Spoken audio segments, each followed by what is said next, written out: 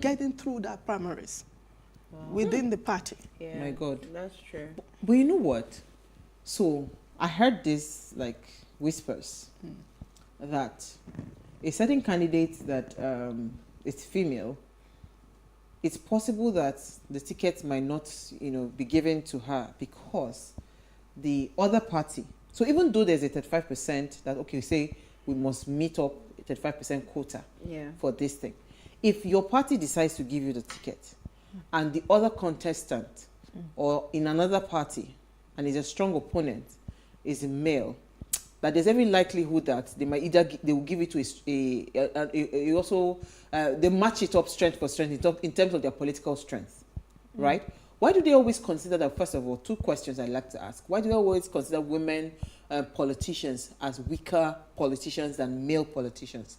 That's one question. Then the second question, do you see that happening, or should we now have like a consensus where we say, okay, you know what? For this particular, well, that's not going to even be possible. The question I'm asking, but is it even possible for us to go a consensus across all political parties to say, you know what, these particular positions, let's just reserve them for women? Is it possible? Maybe not. If I answer the second one first, Yes. I think what you will find is that where, for example, you zone a position, take like in a state, there is 3 senatorial districts. Yes. The West, for Lagos, for example, there's the West, the East, and the Central. One of it must be a woman. If we're going by PDP party constitution, one of it must be a woman. Okay. And even APC keep giving one of it to woman, like Tinubu. Remi Tinubu, yes. Yeah, she's been one that's been given Central all this while. And I got 2019. So where it doesn't make you a weaker candidate when facing an opponent. It doesn't. It depends on how you sell yourself, and how you sell. You see, if we are 51% of the population, and yet we own 3% of the position. How does that math work? If I can get every woman, I don't even need the male folk. If women stands up and vote for women, that's true because we're actually more in population. 51%. Sure. If male folk stand up, if women folk stand up and support women, we will not have. But Princess Oyesiri, is this not the error? Okay. Sorry, Mani, come in. Yeah, let me come in. You know what you just said. If we have only the women, then we are good to go, right? Yeah. Okay, so now that brings me to my next question. What do you think about political mentoring? Because if we have these trainings for women to come in and learn about different skill sets, different types of training, how to conduct themselves, decorum, different things, but this training have to be given to these other women by those who have gone, seen, conquered. What do you think about it? Do you think they are giving it? Do you think these women that are coming out for political offices, do you think they have enough training to actually go for the positions they're going for? You see, my father taught me something. He used to ring it in our head when we were young. He always, and he's used it on great movies as well. He always says, with great power comes great responsibility. And I'm sorry, the women that have gone before us, they have not taken that. Thank you. It breaks my heart. Jonathan's era, we had about 18 or something women in Senate. Okay, in the Senate. Now in this current Senate, we only have 7 out of 109. Wow. 7. See the numbers of people in the House of Rep. We only have 15 women. So what happened? What happened? Why the drop? Why they dropped? Out of 300 and something. So what happened to all these women that you mentioned earlier on? Ngozi Iweala. How many people did they mentor? How many people did they bring up? Which is so important. So it means that this whole women rivalry thing, it's actually more dangerous than even the men. So I was going to even say something. Dangerous. Because when you said that you don't need the male folks, I beg to disagree. Because the women will disappoint you. Get my point? They will make sure they don't vote for you. I beg to disagree because you know what? If a man sees a woman on a mission and he knows she is capable, he would vote for her. True. So I even don't want us to promote this narrative that it has to be a woman that will, if we must support each other, because women don't support each other. We are our biggest enemies. You're absolutely right. But the biggest number of voters that comes out to vote are women. But guess what? The fact that they know you can even do the job will make them not vote for you. Because there's this thing going on inside them. So, you know, women are always competing. So it's like, oh, where did you come from? How did you think you can do this thing? Because they can't do it. So I think that, yes, the women need to mentor more. Because there are a lot of women that are coming up, they don't even know how to act. They are looking for political positions that they can't carry because they're not even well behaved. Character-wise, they're zero. So they need political mentorship, you know. So I think we should try to push that more. So if we talk about politeracy, we have to talk about political mentorship. I said to some of the senators that I met with, and I asked, you're a senator in your state. How many women did you put in the House of Rep? How many women did you put in the Assembly? It is your responsibility. How many women did you buy form for? It is your responsibility. You are a House of Rep. How many women did you put in the local government? You are an House of Rep of a local government. House of Rep is not the state. It's an area. Is a local government. That's one rep for your local government. You, as a woman, was appointed House of Rep. How many women did you ensure got into the assembly in that state? State House of Assembly. How many women did you ensure got into local government offices in that state? Then you can say, I have been a responsible leader. Yeah. As far as I'm concerned, what good seed produce after seed, you know, you so what would have happened would have been 18 women in the Senate.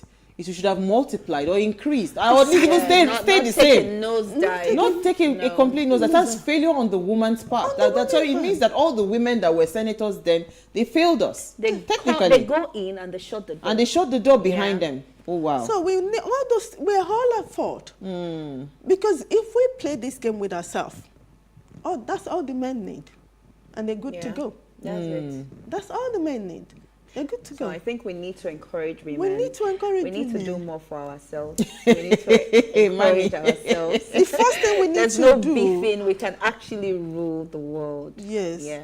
The first thing we need to do, we need to forget that, leave the personality aside. Leave your pettiness aside. This agenda is bigger than me and you. Yeah. It is the future of that girl child in Nigeria. Yeah. If we cannot give this girl child any hope, then we as a women generation, we have failed. Because I am living here, I've never seen a Nigerian president, a women president, not even a VP. Yeah. Maybe I've never seen a woman governor that won a democratic election, not someone that they remove and stepped it. Yeah. But never seen one. I've never seen a national party, the main party, APC, PDP. They've never appointed a woman as a leader. Not one. It's that bad. So if I cannot change the narrative for my generation and leave a better foundation for the younger ones, for me, to me, I've achieved nothing in the field that I said I'm specialized. Yeah, true. The bankers are achieving more than we politicians because they're going there to become the CEOs of banks. So are you going to start a woman mentorship? We already started. Let me take a comment. Good evening, my dear beautiful sisters of What Are You Saying Ways. Concerning the enhancing of women's participation in politics and governance, the women have to make themselves available for positions in office. Like my dear beautiful sister Emanuela mentioned, the likes of Ibuku and Oshika, Ugozi, Okonjo-Iweala. These are great women that occupied great positions in office and they delivered and became effective. Women should be given the chance to be in politics and govern. Furthermore, women should not be intimidated and allowed to be relegated to the background. Nigeria has never had a woman president. I bet you, and trust me, if a woman is made president of Nigeria, I am sure that this country will be totally changed and transformed. It is not only men that can deliver. I rest my case for now. My name is Daniel Ilo, your always regular fan. Thank you, Daniel. Thank you for resting your case. That was a long casing. I was going to say that, okay, there's a woman coming out for presidency, because it brings me back to the question I'd mentioned, right? How really prepared are women? When they say they are coming out, are they just coming out to say, okay, I want to make noise so that last, they give me an appointment?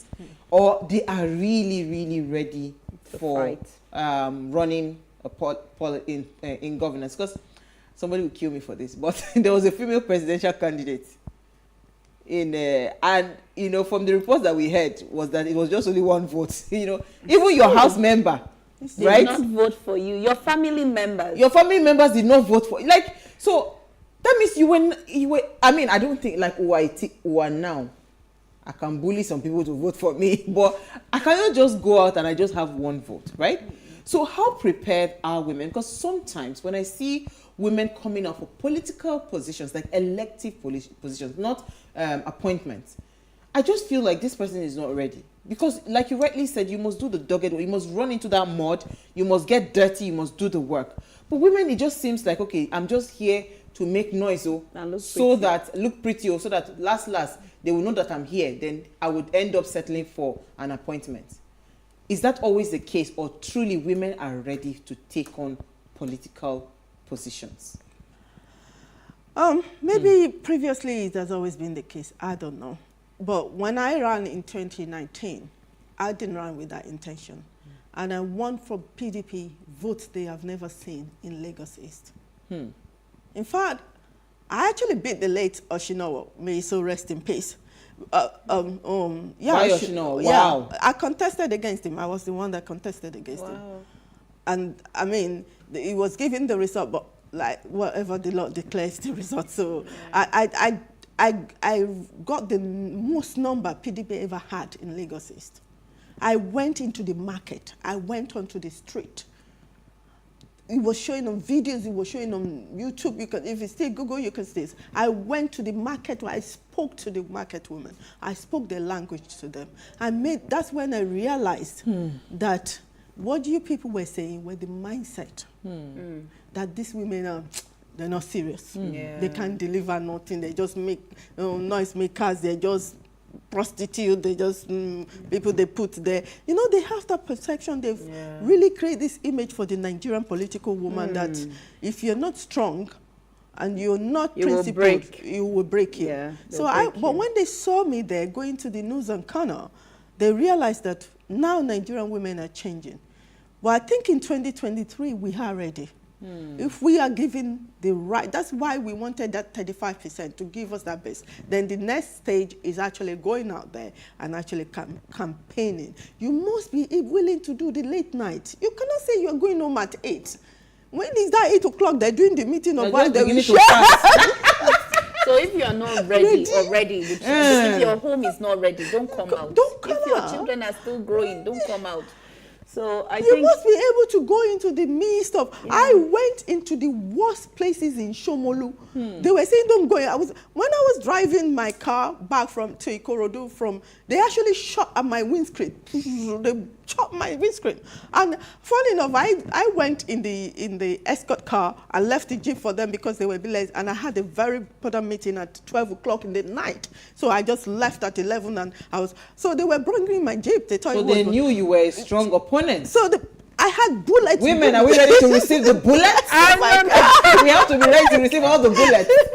Wow. So it's things like that. So we must let them know that if we have to do this fight so that it's easier for the next in 20. How can we even clean up politics, man? If we don't fight it, because you remember the statement of the president when he was interviewed, when they asked him who was his presidential candidate. He said, "Let them not go and kill him." It means that this shooting of the thing is a normal thing. Right? I mean, why do we have to do that? That's to tell you that these people are scared. Yeah. And that's why, for me, I want to say that if you are not prepared, don't bother to come out. You understand? Because if you are prepared, trust me, they will know that somebody is I prepared. don't think that anybody is really prepared to die. No, I'm not talking about dying. No. I'm not saying if you are prepared to die. I'm saying if you're not prepared politically, meaning that you have not done the work, the grassroots work she's talking about. You don't know that they're going to shoot at you. No. Forget the shooting, Manny. We can't forget the shooting. Manny, leave the shooting. What I am saying is that if you see, the reason they will shoot at her is because she had done she had done the homework. She had a very strong chance of winning the elections and emerging the senatorial candidate. That's the point. So for me, I feel like it shouldn't be a do or die affair. If you win, fine. If you don't win, go home and try tomorrow. You know, so why do they think they need to kill somebody to get to that position? I don't know. So, and this, well, I don't know. Help us with that. I think it's more intimidation than killing. I don't know about the worst extreme end. I did not witness the extreme end.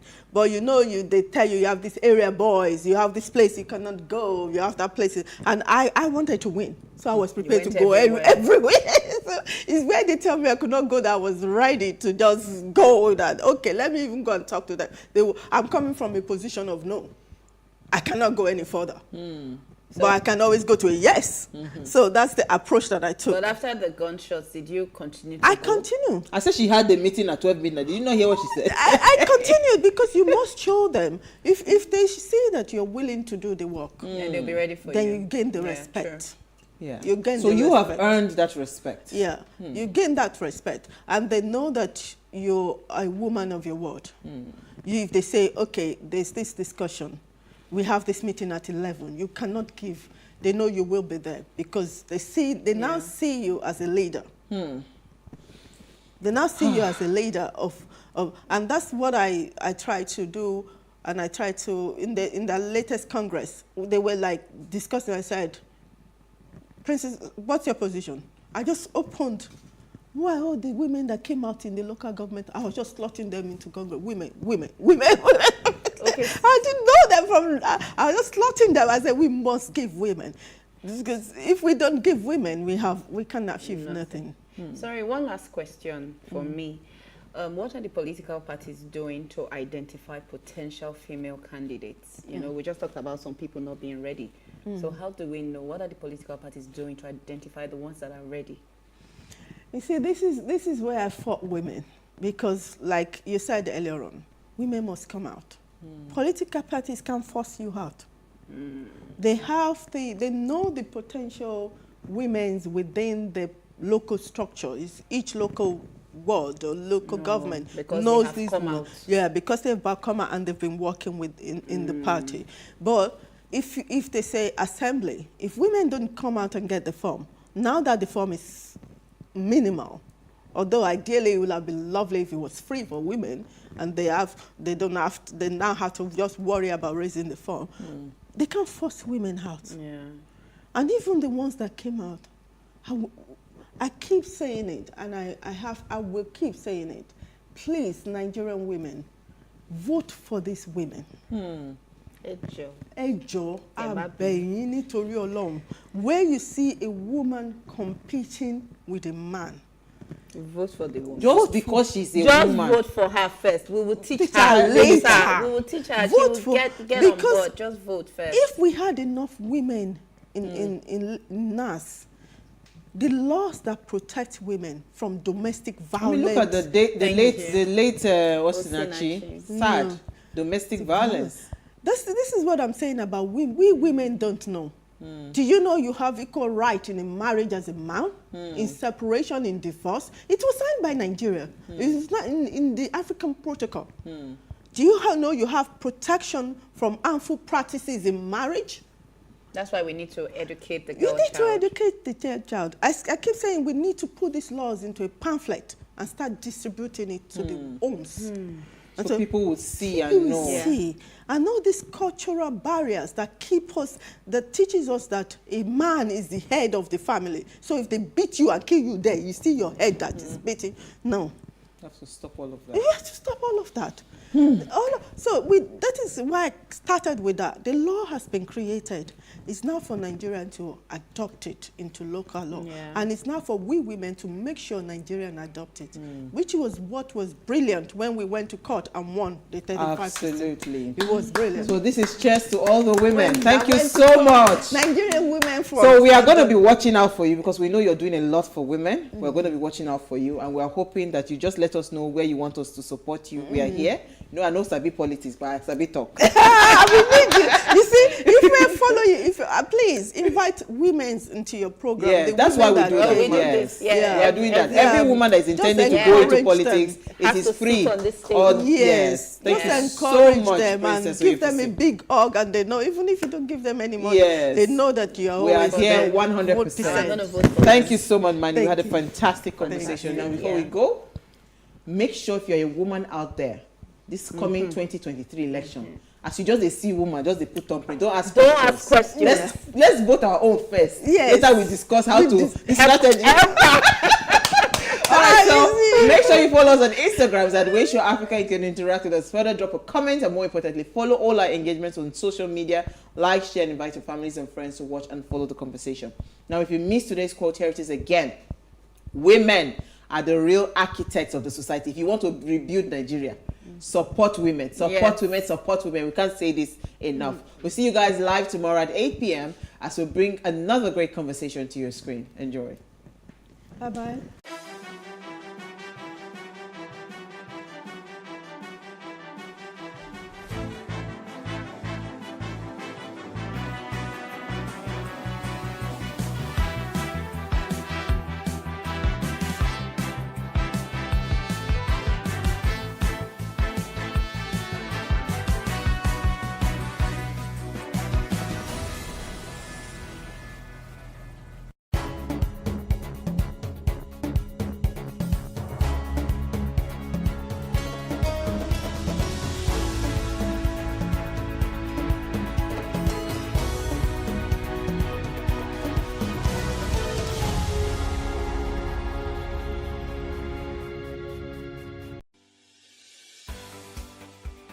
Businesses in Africa can be very challenging.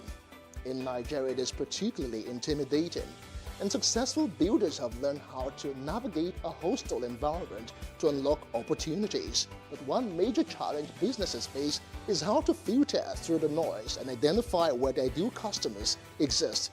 Get insight and practical steps from industry players and captains of industries. Hear success stories to help you make informed decisions as you scale your business in Nigeria. Watch Business Insights at this time on PlusTvAfrica. Hey, what's up, guys? You're welcome to another edition of Plus Events, and I remain your host, Ifeoluwa Oshukeye. Your absence isn't an excuse anymore, as Plus Events is all you need, as we bring you the glitz, the glamour, and loads of fun. Oh, definitely. Right, no question. He's a living legend.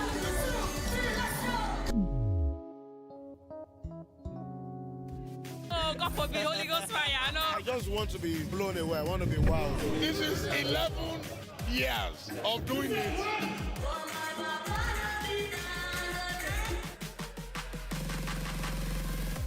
I'm surrounded by so much positivity.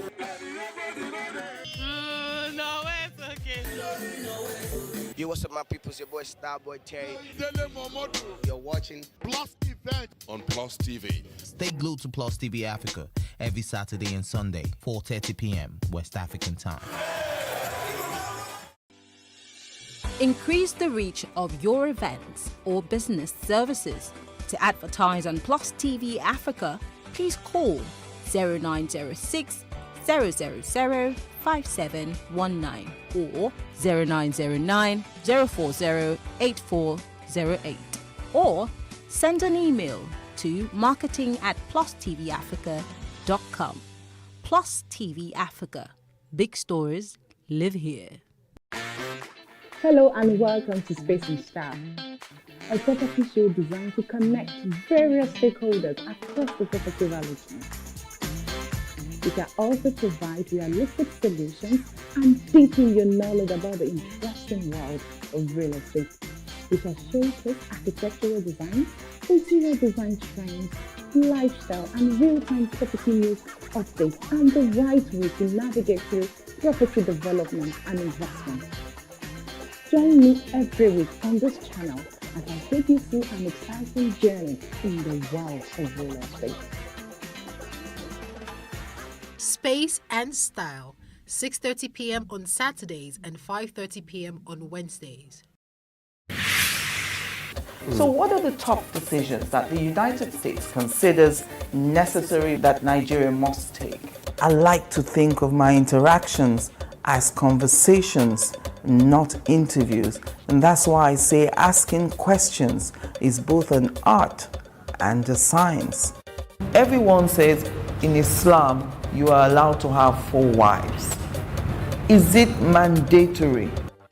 The right question enables answers that educate, inform, clarify, and help you, the viewer, to better understand the issue before making up your mind. Our goal is to reduce from 10 to 2 days the time it takes to register businesses in Nigeria. Join me every week on this station, PlusTvAfrica, and gain exclusive access to my conversations. I'm Angela Ajetumobi.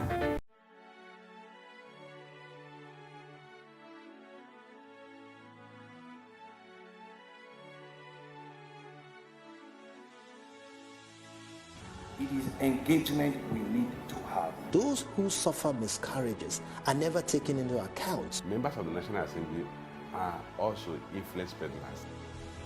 You are sitting on Nigerians' money. From the barbing, I pay my rent.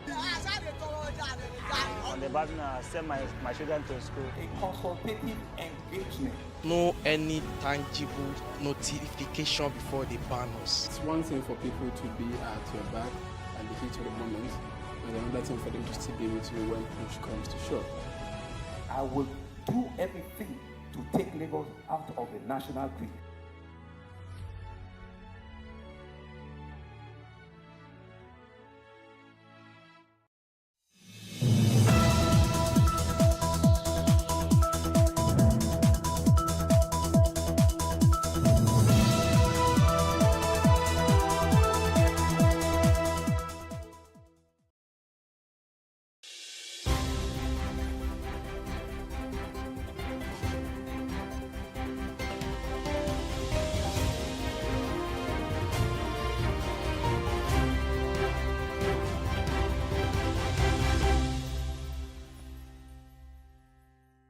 Today on The Breakfast, Vice President Professor Yemi Oshibajo finally declares to run for presidency, makes promises amid reactions. Also, the collapse of the Nigeria's electricity grid actually occurred twice last week despite a concerted effort to stabilize power system. We seek to proffer a lasting solution on The Breakfast. And we will review the major stories making front page cross-national dailies.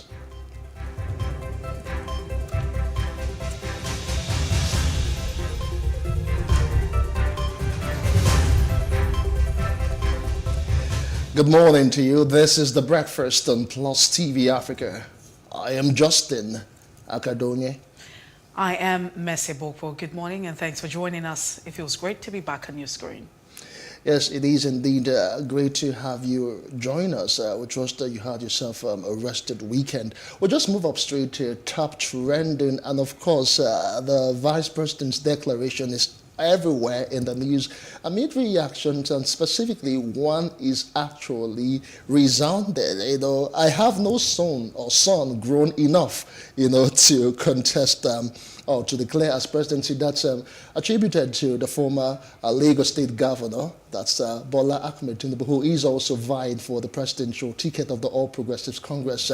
He said that when journalists wanted to just get his take concerning the declaration of Vice President Oshibajo. Specifically, the journalist asked him to react to his son vying for the same ticket that he is, declaring for. And he said, quote, that I have no son grown enough to declare. Mercy, that has indeed generated a lot of reactions. And some people are now making reference to his son, Sheyi, who is 36 years old. And by the Constitution, he is old enough to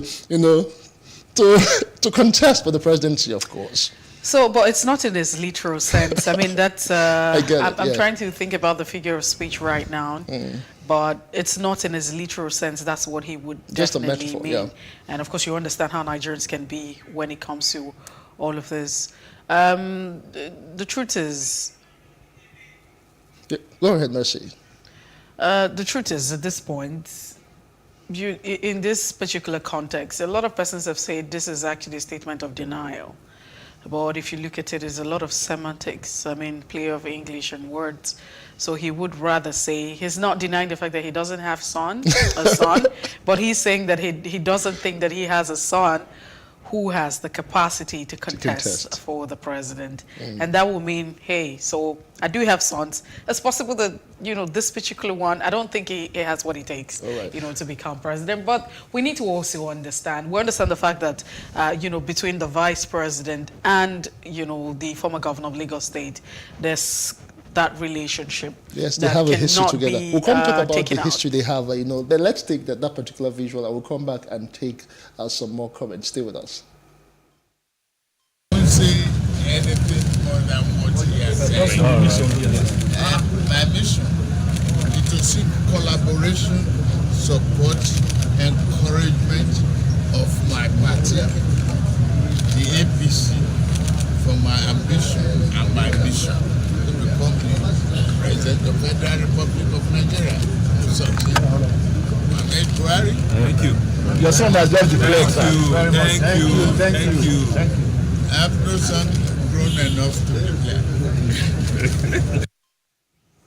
All right, welcome back there. That's the former Lagos State governor and, of course, the presidential hopeful of the All Progressives Congress, Senator Bola Ahmed Tinubu, making reactions in concerning all that is happening since yesterday. I think he met with the governors just immediately after the declaration of the vice president. So it's really going to be a lot, but the fact that a lot of persons are quoting that statement, I just know that Nigerians have a way of making...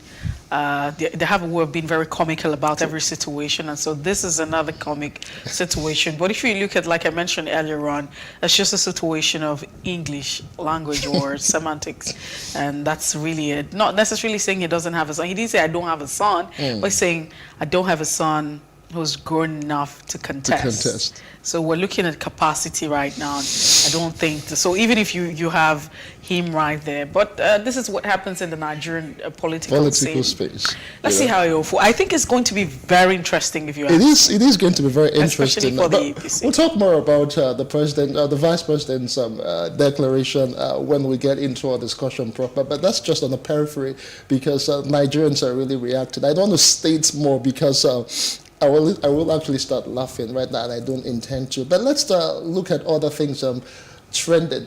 Messi, do you know that before now, a particular denomination, Christian denomination... No, go ahead and say it. Deeper Christian Life Ministry, that's what the ministry is called. Before now, they don't believe, the members don't believe in watching television. They don't embrace, or they didn't embrace the use of technology. But right now, because sometimes before, when I had covered event, organized by Deeper Life Christian Ministry, I was like alarmed. Before now, growing up, I had neighbors and friends who attended church, and they ordinarily would not watch television because it is part of their, doctrine or their belief. But their general superintendent, that's W.F. Kumuyi, is quoted as saying that technology is to spread the gospel, unlike what has been the norm for them over the years. He talked about how they couldn't understand where someone's voice, that's radio, when he was describing radio, how someone's voice would just come automatically, via a device, and study, they attributed it to to magic or something. The same thing with television. But over time, he said that evil has been perpetrated through the use of technology, and even the church, the body of Christ, has to use the same, technology to propagate the gospel and not make evil win.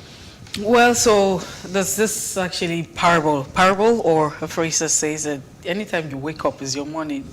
Apparently, he's talked about the fact that they have woken up, and he regrets the fact that they have woken up late. Too late. So one of the things I admire with his speech and his thought is the fact that he's sincere. I mean, that's a lot of sincerity there. You have admitted that, hey, we have been on a long thing. That would be the streets. I mean, a very long one.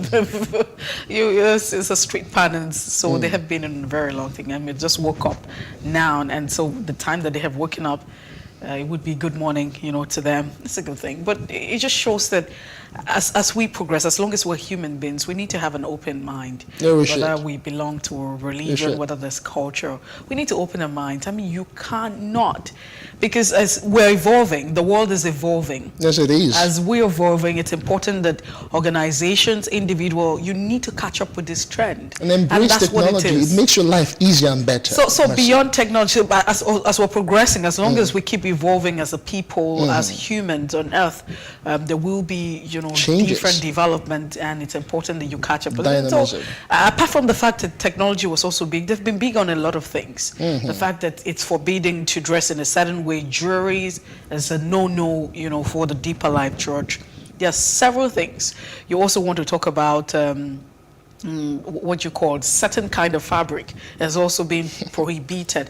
So there are a lot of rules and regulations, or the don'ts that that's associated with the church. But let's see. I mean, this is a good one in the right. I mean, how do you say you don't watch television? Really? How don't you watch television? I don't know. I mean, how would you just? So, but we understand. We understand the dynamics. Technology. So you remember recently we talked about child development. Okay. Yes, we did. What we talked about child development to push out there, and all of that. And so we constantly feel that, we need to totally isolate ourselves. But as long as you live on Earth, you're going to be part of the system. So it goes, the way, to figure this all out is not to really just go away and disappear on it. So the essence would be, there's a lot of evil there. So when you watch television, you see evil. Really? It's what you choose to do. Make it, to take so at the end of the day, it's a matter of choice, because we'll always be presented with everything, and so it's the choice, to choose what way to go. So are you going to go to the left, or you're going to go to the right? So we understand the concerns of a lot of persons who say, you don't need to see television because on television they're going to be showing, people who are not properly dressed, people, and that will corrupt your entire system and all of that. But at the same television, you could actually learn new things. You could watch the news. You could learn a trade on television. Even with technology, you can do a whole lot. You can reach to as many people that you would never have imagined reaching over time. Social media, before now, they would never use social media, but they seem to have found that social media is like the next best thing, if I have to put that in quote, because how would you be in this 21st century, Mercy, and you don't do radio, you don't do social media. Like he actually said, they woke up, they have woken up, and then it's late for them. Too late. Because the world is moving, it's moving very on, fast, moving astronomically. fast. And if you don't move, you will just be left behind. So, but you will live in a world where you can't actually say they're absolutes, they're relative, and so nothing in itself would be perfect. No, not so there all. would always be the odds, the disadvantage, the advantage, and that's why we have a willpower. True. You're not a robot, right? Even God gave us that right to choose. So you still have a willpower, you still have yourself, you still have a choice to decide whether or not to go this way or to go the other way, to do this and not to do this. And so for most of the things that we actually have termed and tagged, wrong, really, are they really wrong?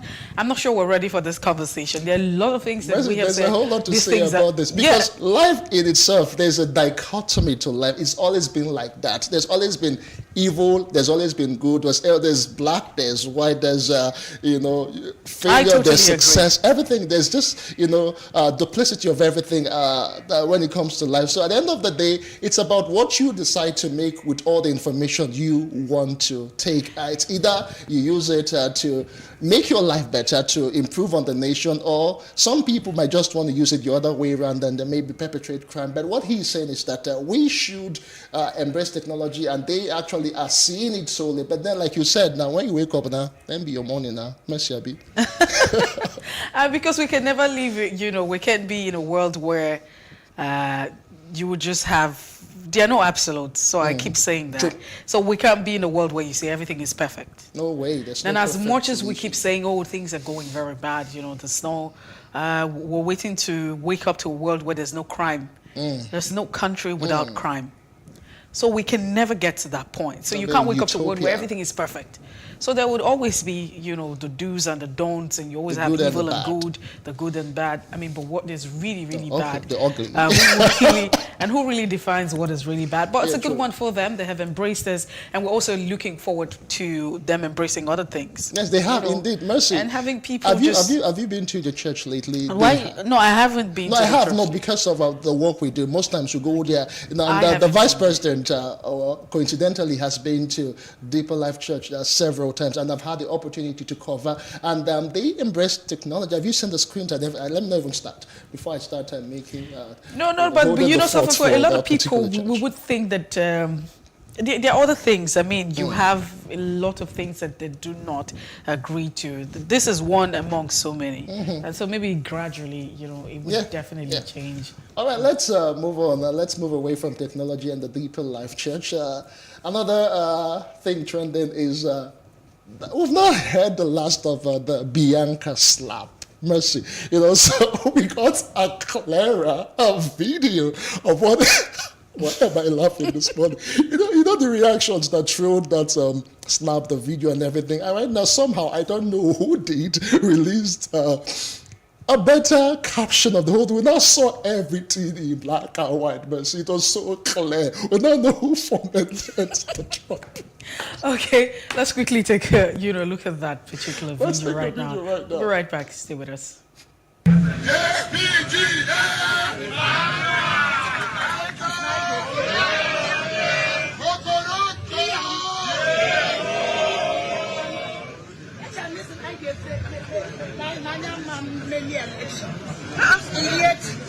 Hey! You are a bitch.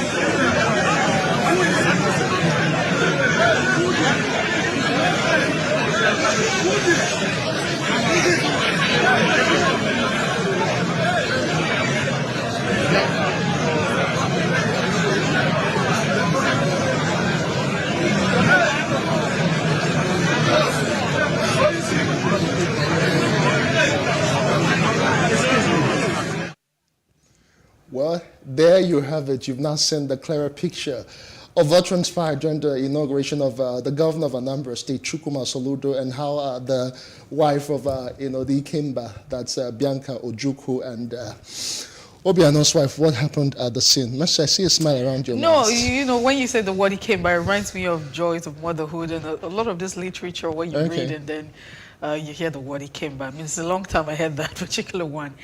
But I see the reason why you have been laughing. A better view. Of course, the caption talks about a better view of the inauguration saga. So you remember that we had this conversation, yes, right? We did. I'm not sure if we had this conversation. I mean, you and I. Maybe not on set, but we've had maybe a so, but we've talked about this on the breakfast, and for me, I said it again, that you would expect that as a wife of a governor, you know, as a leader. So sometimes you see a lot of, you see a lot of these leaders who've been criticized over time where they say they don't have that decorum, they don't have that style. I mean, it's expected that you just comport yourself in a certain way. Not necessarily because there's a law that guarantees that, or, I mean, you are being compelled, but by the fact that you are a wife of the governor. Like I said before, and I'll say again, It you is, should live exemplary. The word would be a meddlesome interloper. It's just a busybody. You should have been sitting very responsible with your husband by the side. So it's like you were looking for trouble. You strolled. You took a walk. I mean, look at that. Very majestic. That was very majestic. You know, she made an appearance the way she down to where it was. Yes. And, I wonder what exchange they had. So, but it goes a lot to show us that as public office holders, we need to comport ourselves. Not just as public office holders, generally as Nigerians, you know. No, apart from that, I'm just thinking that, so it's an extra for you. So it's okay to behave yourself in public. No one's saying you should go extra. I mean, it's okay to behave yourself. But it's also an extra when you have been saddled with this responsibility. The office of the First Lady might not be your constitutional office, but it should be respected. You should understand that you are like in the eyes the wife, the mother of the state. And in a very sensitive, it's a sensitive and important event as that.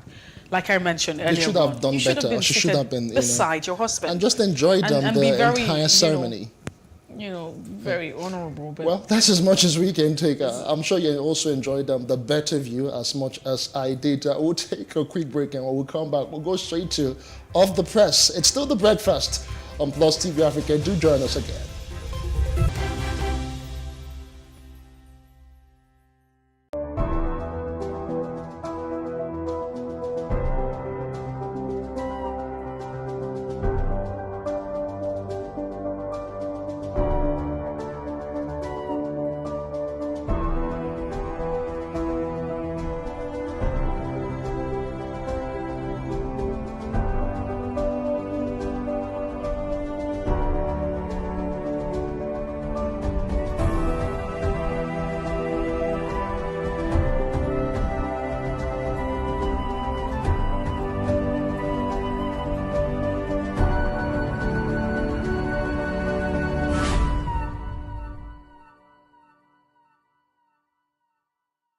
In raising our kids, parents should stop playing God. The internet is actually using the people. But when you are looking for money to help other people, then it becomes easy. Don't rush into marriage. I always say this. You rush in, you rush out. Family is the bedrock of every society and the essence of life.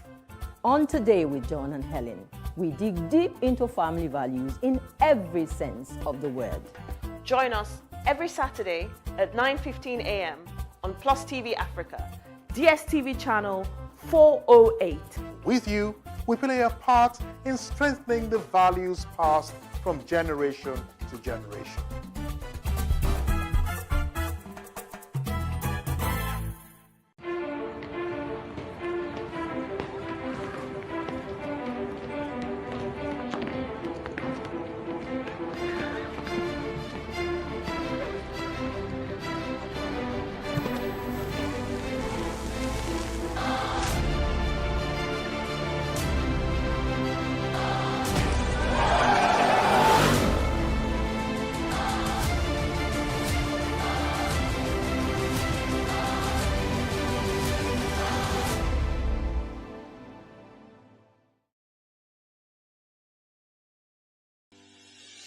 Increase the reach of your events or business services.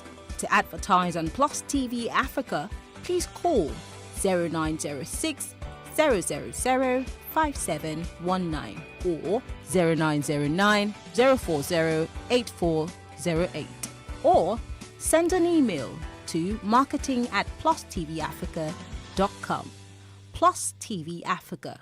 Big stories live here.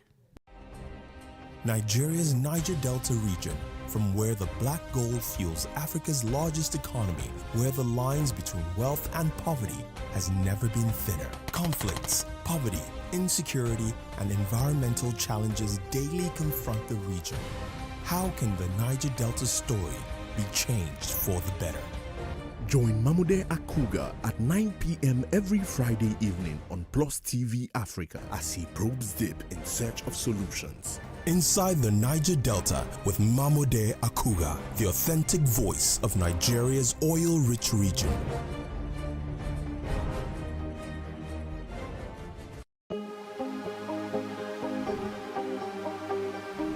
This is it for upcoming artists to blow in Nigeria.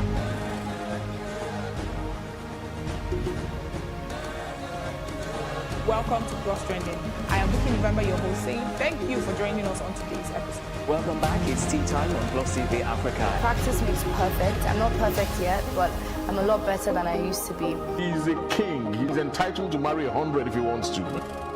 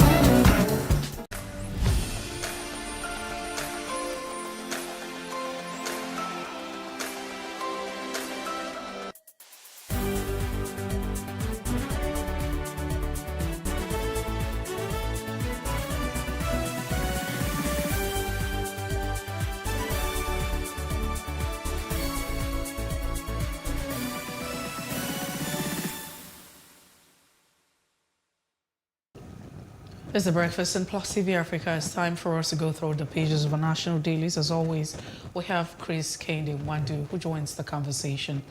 It's good to have you join us, Chris. Thank you very much. Good morning. All right, Chris. We start off with the Daily Trust newspaper this morning. Now, the bold caption says, 2023 presidency, Southwest weighs option on Tinubu and Osibajo. That's what you find on the Daily Trust newspaper. Southwest weighs option on Tinubu and Osibajo. That's the bold header. Now, underneath you have several writers. The first writer says, governors divided as Afenifere keeps mum. Why I want to succeed Buhari, Osibajo is quoted on that. I have no son grown enough to vie for presidency. The former governor of Lagos State is quoted, Bola Tinubu. Insecurity. There may be no Nigeria in 2023. This is not the first time we're hearing a statement and these kind of thoughts. But these, you would actually attribute this to the Sultan, and that's what you find there. Headers dehumanized by soldiers in Kaduna, not bandits. And this is what police community is quoted to say. And just before we move away from the Daily Trust newspaper, over 100 victims of Plateau attack given mass burial, many houses razed and telecom masts destroyed. Just going to affect communication. Plus the fact that 72 million persons have been banned from making calls. I mean, you begin to think about what will be going on in communities, such communities where the security concerns and all of that. It may just be difficult to communicate. 30 tertiary institutions compete for 950 million Naira CBN grant. In 2023, PDP presidential aspirant swell to 15. Rapist whips as court sentences him to death. Well, it's okay. And that's it on the Daily Trust newspaper this morning. Away from the Daily Trust, we'll move on next to the Nation newspaper. Tinubu rallies governors in mission for APC ticket. That's their main story for this morning. With the rider, NWC gears up for primaries guidelines. Osibajo unfolds plan. About the masthead of the Nation newspaper, EU envoys seek gas supply from Nigeria. Mass burial for 80 plateau residents killed by bandits. Nigeria gets 3 million doses of J&J vaccine from Italy. How gunmen killed Osun APC council chair. That's according to The Sun. 68 kidnapped train victims in Niger terrorists camp.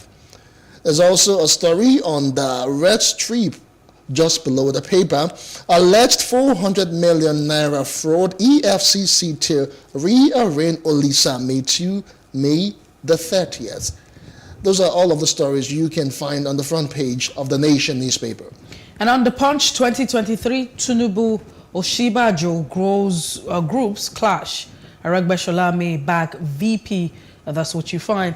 Vice President lost his polling booth and we're not aware of political relevance. Lagos APC is quoted to say, presidential race not about big name but capacity and capability. You have Oshibajo grassroots organization quoted, I have no son grown enough to challenge me, says the former governor Bola Tinubu and vice president close to us, Aragbeshola's faction. It's quoted to say, so you remember we saying it's going to be, a lot of interesting times for the APC and, for the Southwest.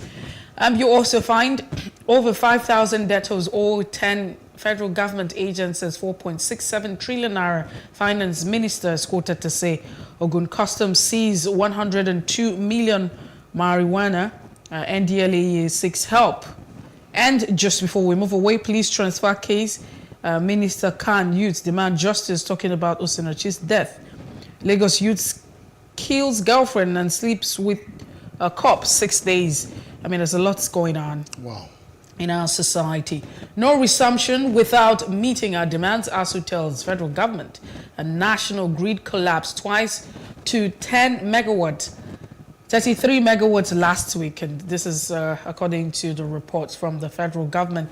Terrorists demand 16 detained commanders exchange for over 100 abductees. You know that popular saying that's always almost in every country that government is not expected to negotiate with terrorists. Let's see how that pans out for us.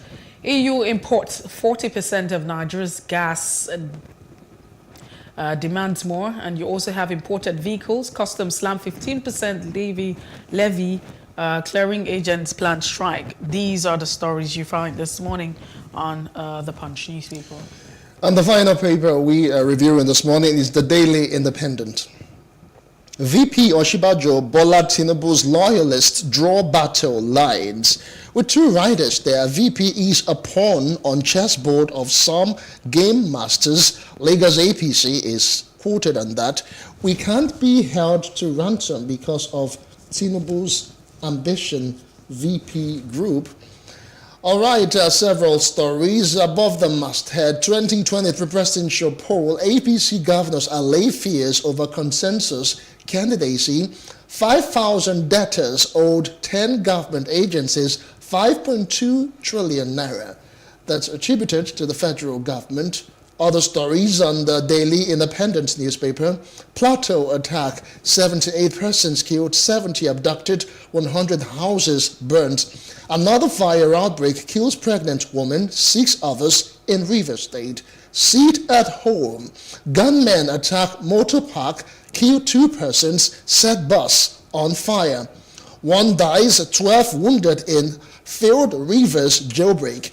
MTN receives final banking approval to operate Momo PSB.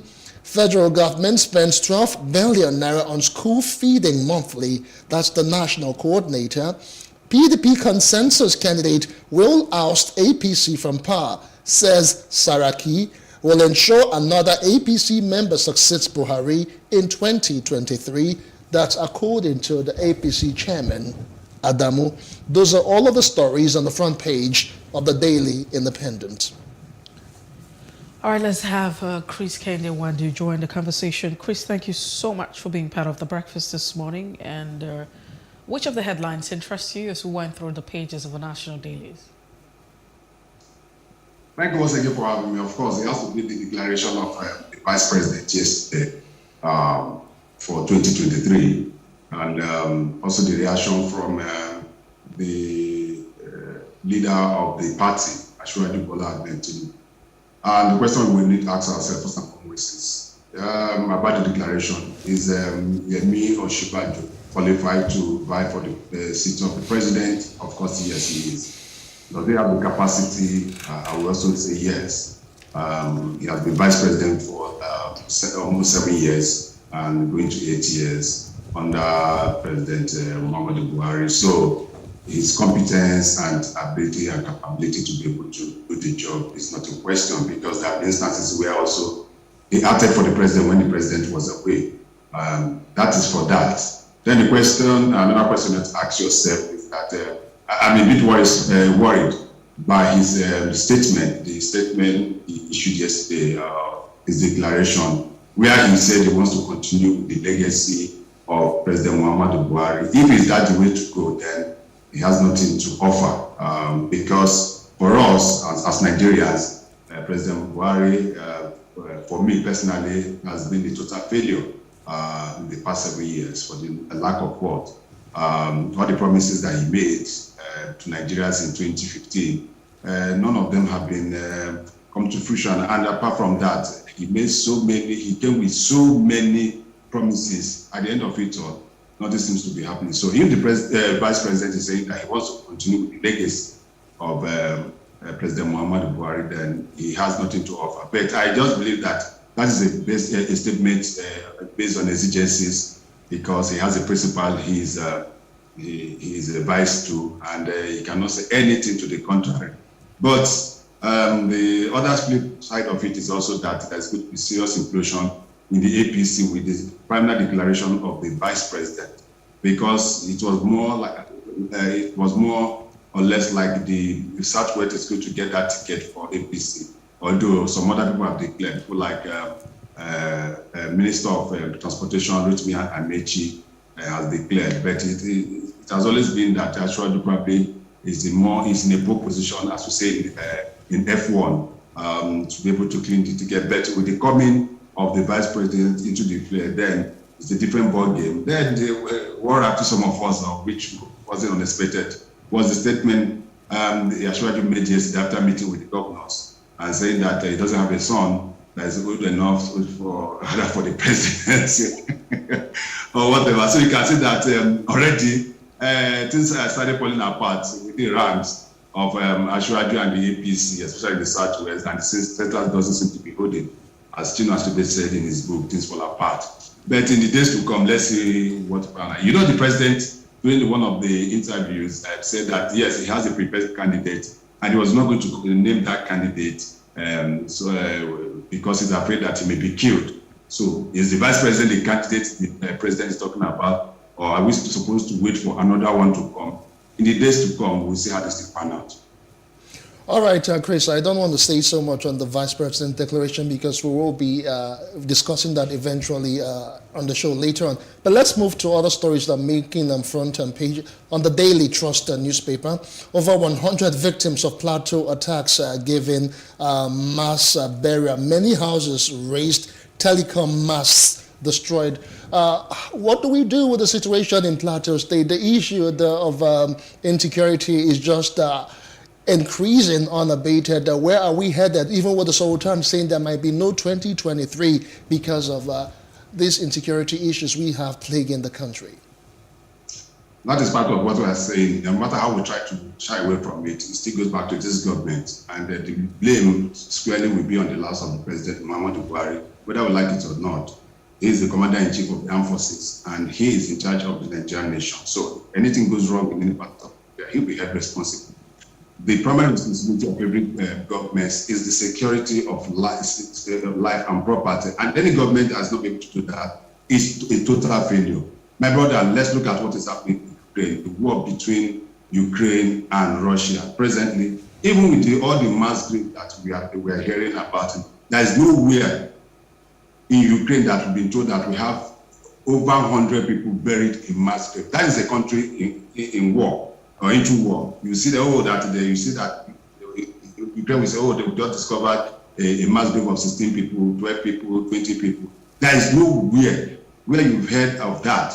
Now, these are Nigerians, full-fledged Nigerians, and people are saying that we are not at war.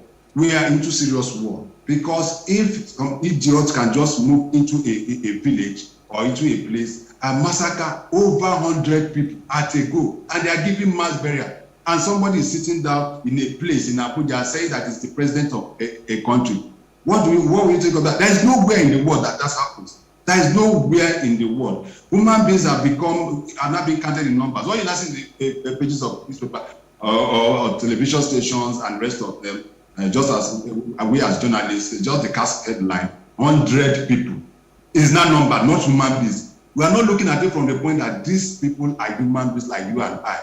These people have family, they have children, they are children, they are future of the nature. And somebody just cut them down, just like that, and just go away, and nobody is doing anything about it. That is the challenge for me. More we say, more will happen. This is not the last time, because most of the time we've said it in the past that when it happens, that another one will happen and nothing will happen.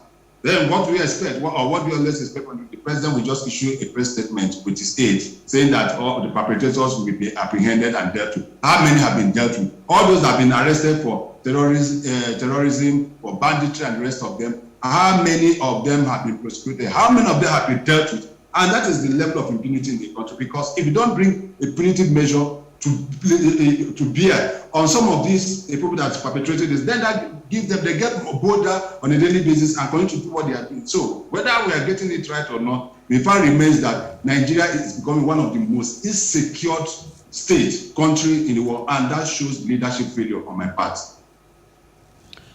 All right, let's move away from the Daily Trust and take a look at the Punch newspaper. On the Punch, it talks about the concerns of ASU and the federal government. And here you have no resumption without meeting our demands. This is what ASU is telling the federal government. And so it feels like we probably would have forgotten that ASU is on strike, but the strike is still on and they're not going back.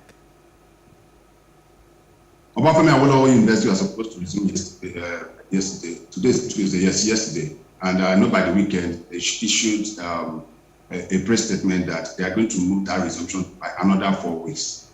What does that tell us? That means that they don't even foresee any foreseeable resumption of school. And that is the same thing, all the federal and state universities. The only ones that are in session are the private universities. And that is how we've been going in the past few years.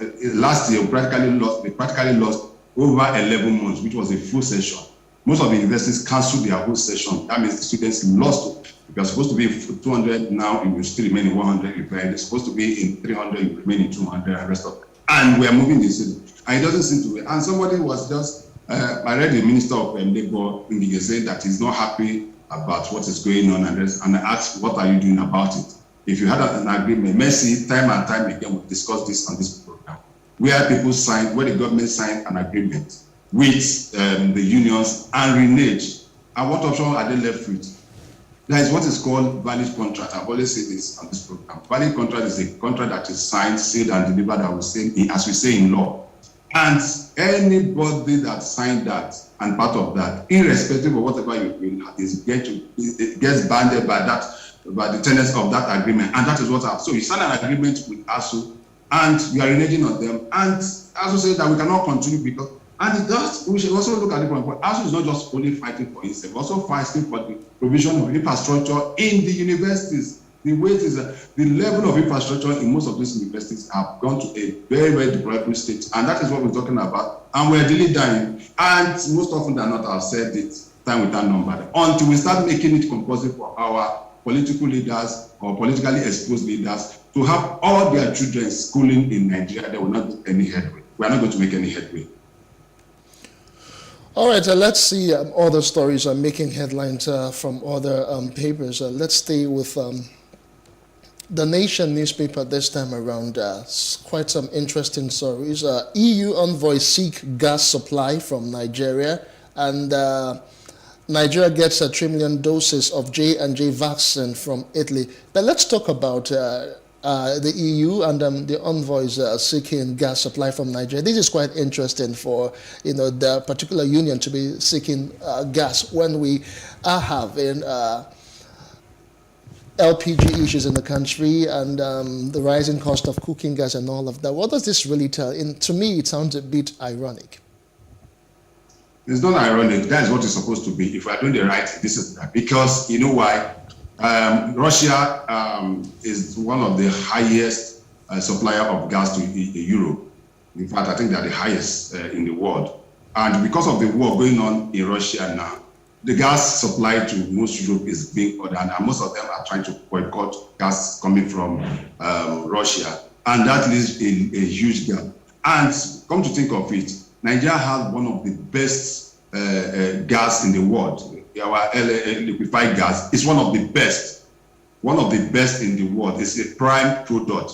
And by now, I think that we should be making sure that we're able to push as much as possible into the international market, and especially into Europe, that needs it. So if we have enough gas in Nigeria that we can push, especially now that, okay, we can also say that crude oil is on the rise because of the war between Russia and it. So this is not unbounded, this is not an error.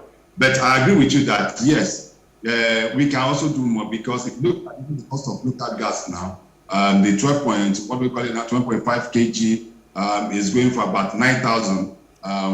9,000 from what we started from 2005, 3,000, now it's about 9,000 or thereabout. So that is in itself is an error. I agree with you. But the fact is that we can make more. We can make more with our foreign exchange if we are able to export enough gas, which is in large quantity. If you go to the south side, you see the flaring of gases.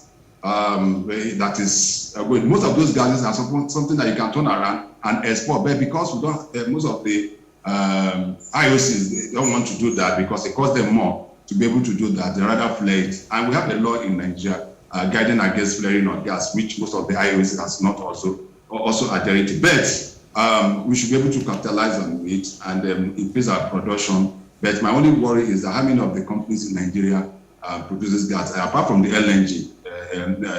Our LNG in One or wherever, somewhere in River State, I don't know where it is now.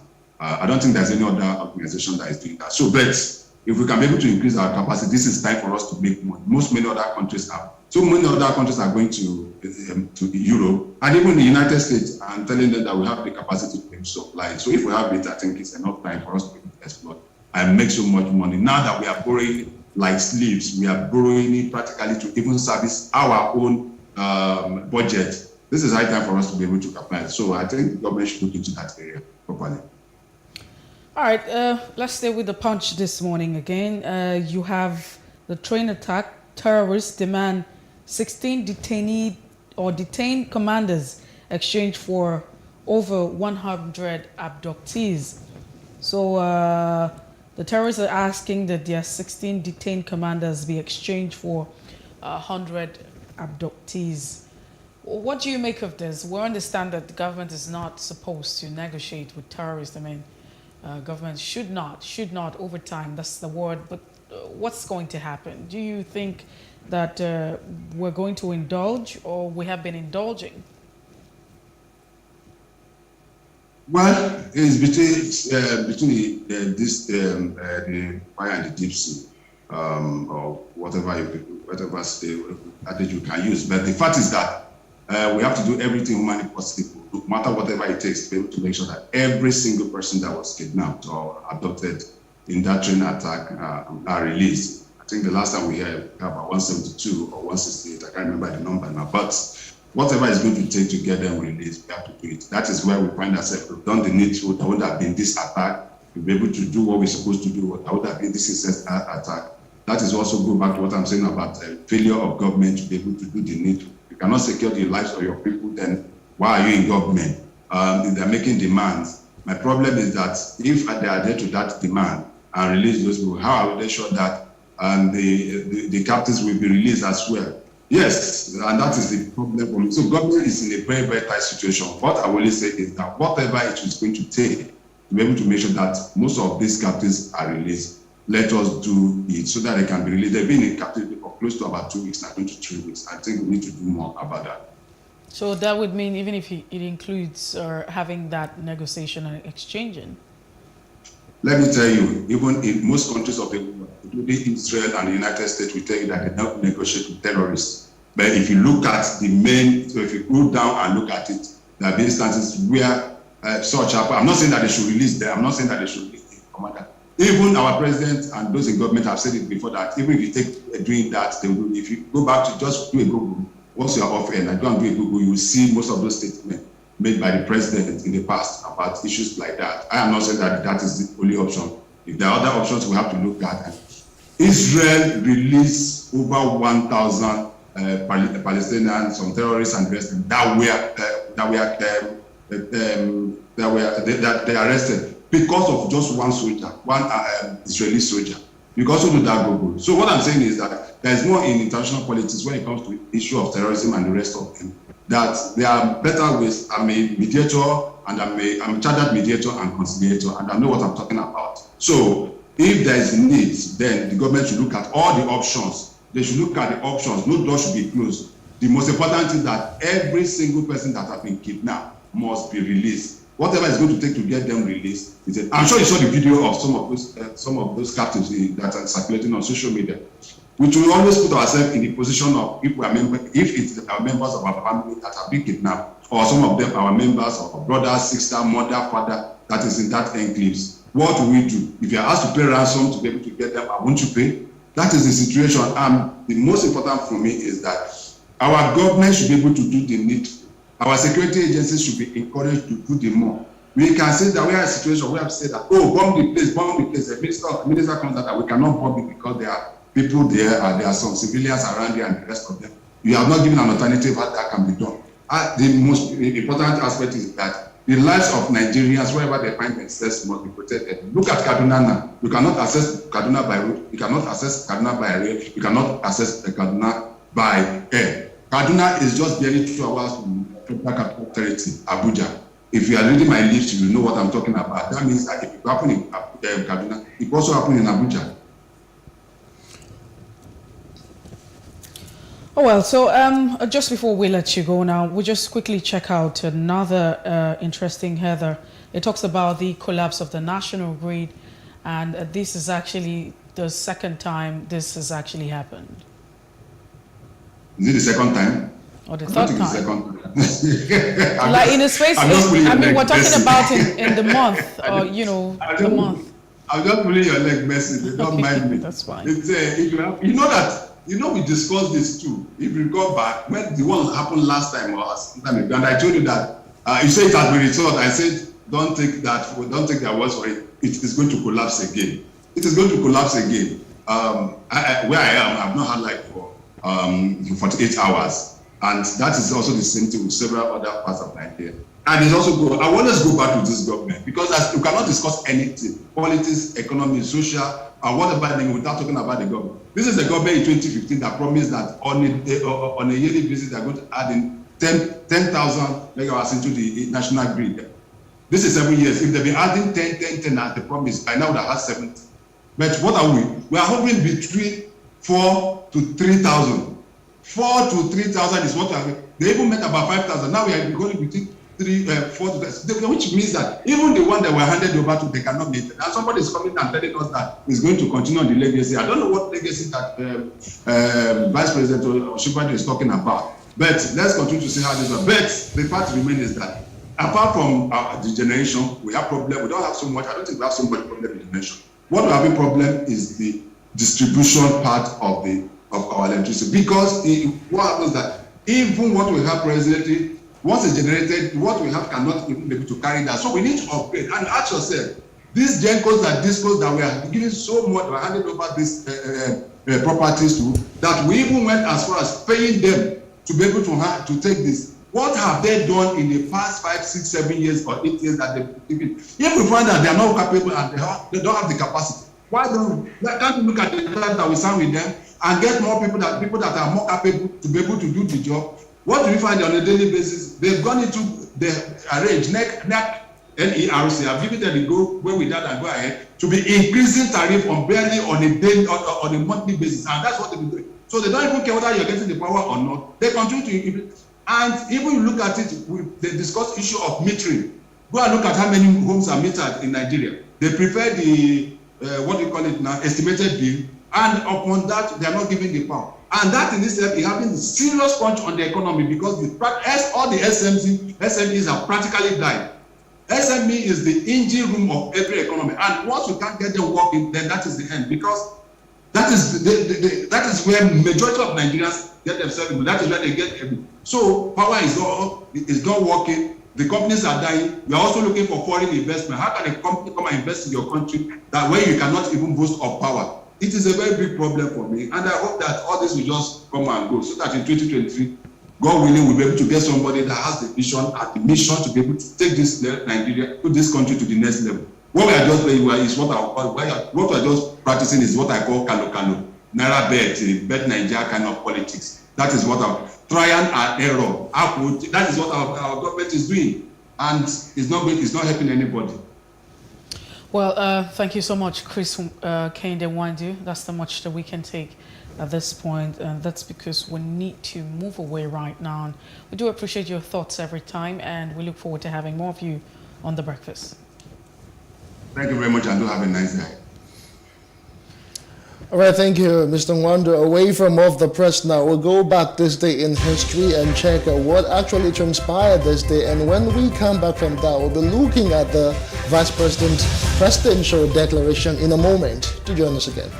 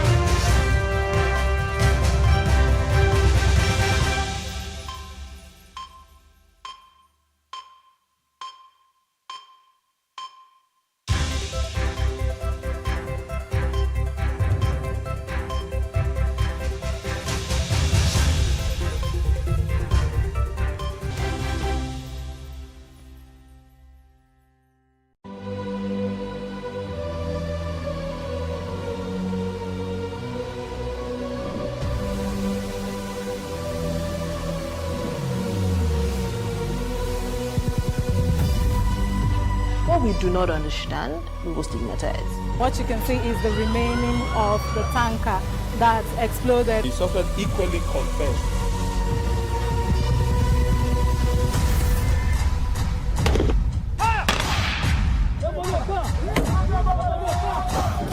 And 500 naira they collect them. If you no talk, then go beat you. Now 2,500 they pay.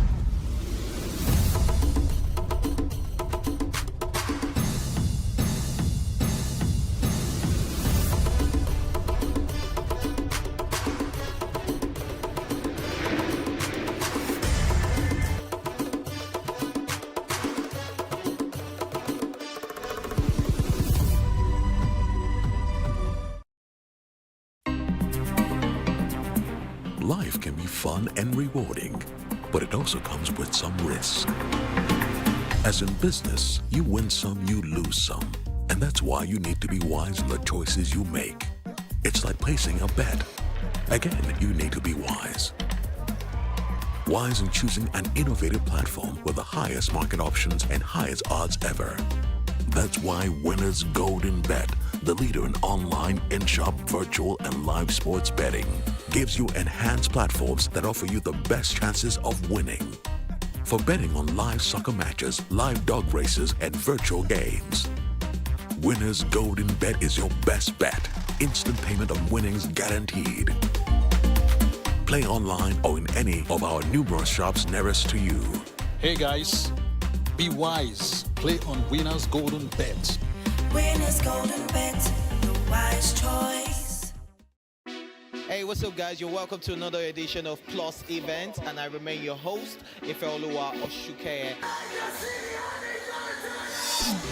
Your absence isn't an excuse anymore, as Plus Events is all you need, as we bring you the glitz, the glamour, and loads of fun. Oh, definitely, by no question. He's a living legend.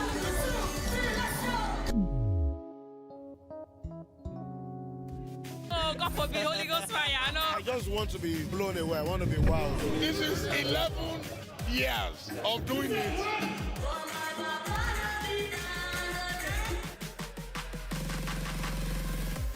I'm surrounded by so much positivity. No, it's okay. Yo, what's up, my people? It's your boy Starboy Terry. You're watching Plus Event on Plus TV. Stay glued to Plus TV Africa every Saturday and Sunday, 4:30 p.m. West African time. So what are the top decisions that the United States considers necessary that Nigeria must take? I like to think of my interactions as conversations, not interviews. And that's why I say asking questions is both an art and a science. Everyone says in Islam you are allowed to have 4 wives. Is it mandatory? The right question enables answers that educate, inform, clarify, and help you, the viewer, to better understand the issue before making up your mind. Our goal is to reduce from 10 to 2 days the time it takes to register businesses in Nigeria. Join me every week on this station, Plus TV Africa, and gain exclusive access to my conversations. I'm Angela Ajitumobi. Increase the reach of your events or business services.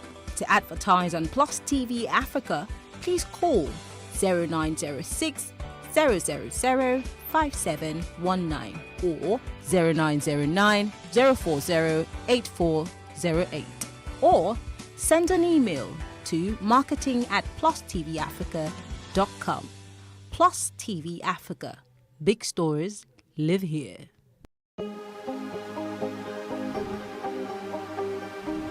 Seize it for upcoming artists to blow in Nigeria.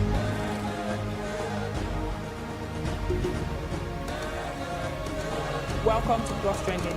I am Booking November, your host, saying thank you for joining us on today's episode. Welcome back. It's tea time on Plus TV Africa. Practice makes perfect. I'm not perfect yet, but I'm a lot better than I used to be. He's a king. He's entitled to marry 100 if he wants to.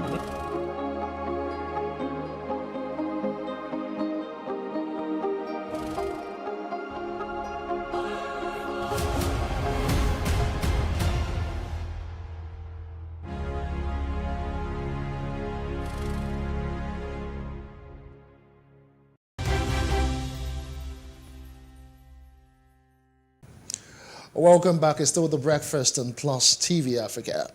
Now, Nigeria's Vice President, Professor Yemi Osinbajo, has declared his intention to run for the office of the President. Professor Osinbajo from Ogun State seeks to succeed his principal, President Muhammad Buhari, whose second term in office ends in May 2023. In his declaration speech posted on his social media handles, Osinbajo said he has, in the past 7 years as Vice President, traversed every part of the country, meeting Nigerians of every cadre, class, tribe, and walks of life, both young and old. The vice president will challenge for the ticket of the ruling party, the APC, with others who have declared their intentions, including ex-Lagos State Governor Bola Tinubu and Transportation Minister Rotimi Amechi. Well, let's take the clip of his declaration and we'll come back and introduce our guests. Stay with us. Formally declaring my intention to run for the office of the President of the Federal Republic of Nigeria on the platform of our great party, the All Progressives Congress. If by the grace of God and the will of the people I am given the opportunity, then I believe that first we must complete what we have started, radically transforming our security and intelligence architecture, completing the reform of our justice system, focusing on adequate remuneration and welfare of judicial personnel, and ensuring justice for all and the observance of the rule of law, rapidly advancing our infrastructure development, especially power, roads, railways, and broadband connectivity, providing an excellent environment for businesses to thrive, taking the agricultural revolution to the next level, especially mechanization and developing the farm-to-table value chain, making sure that the government, its agencies and regulators serve the business community, creating a tech economy that will provide jobs for millions of young Nigerians, enhancing our social investment program to a full-scale social welfare program, completing the promise of lifting 100 million Nigerians out of poverty within this decade, completing the task of ensuring that all Nigerians, male and female, attend school, reforming our educational system for relevance to the challenges of this century, completing the task of universal health coverage for all, and strengthening the capacity of states and local governments to deliver on their respective mandates. All right, welcome back there. That was the Vice President, Professor Yemi Osinbajo, declaring his intention to run for the office of the President come 2023. Joining us now to look at all that has played out since his declaration and all of the reactions and the promises that he has made, we have Mohammed Abdullahi, a public affairs analyst, joining us. Thank you so much, Mohammed, for joining us this time around. Thank you for having me. Good morning, Nigerians. All right, let's just start with the Vice President's declaration. It was to be expected because before now there have been talks concerning him running for the president, even though he did not physically or verbally mention that there were support groups who had pushed his ambition forward ahead of him. But right now he has made his declaration, and it has elicited a whole lot of reactions from Nigerians, both the good, the bad, and the ugly. Top amongst that is, the comment from the former governor of Lagos State, Bola Ahmed Tinubu, where he went and said that he has no son, eligible to contest. He said it, I'm just trying to paraphrase what he said. But a lot of people believe that his comment yesterday has seemingly drawn the battle line between him, that's the Vice President, and the former Lagos governor. What are your thoughts, really? Thank you. The thing is, the Vice President, like every other Nigerian, is actually very eligible to put his name or put himself forward, to say he's contesting for the elections. But again, if you look at the circumstances that we find ourselves in Nigeria, particularly with the issues of godfatherism, then you also want to question why at this point in time, his principal, whether we like it or not, Tinubu is his principal from his antecedent, from being the Attorney General of Lagos, to even Tinubu's personal lawyers in prosecuting so many cases. If you recall, he was actually the lead counsel for Tinubu when Ribadu, the first chairman of the EFCC then, wanted to prosecute Tinubu. He was actually the lead counsel that was defending the case. He was also the lead counsel for Tinubu during his trial at the CCB.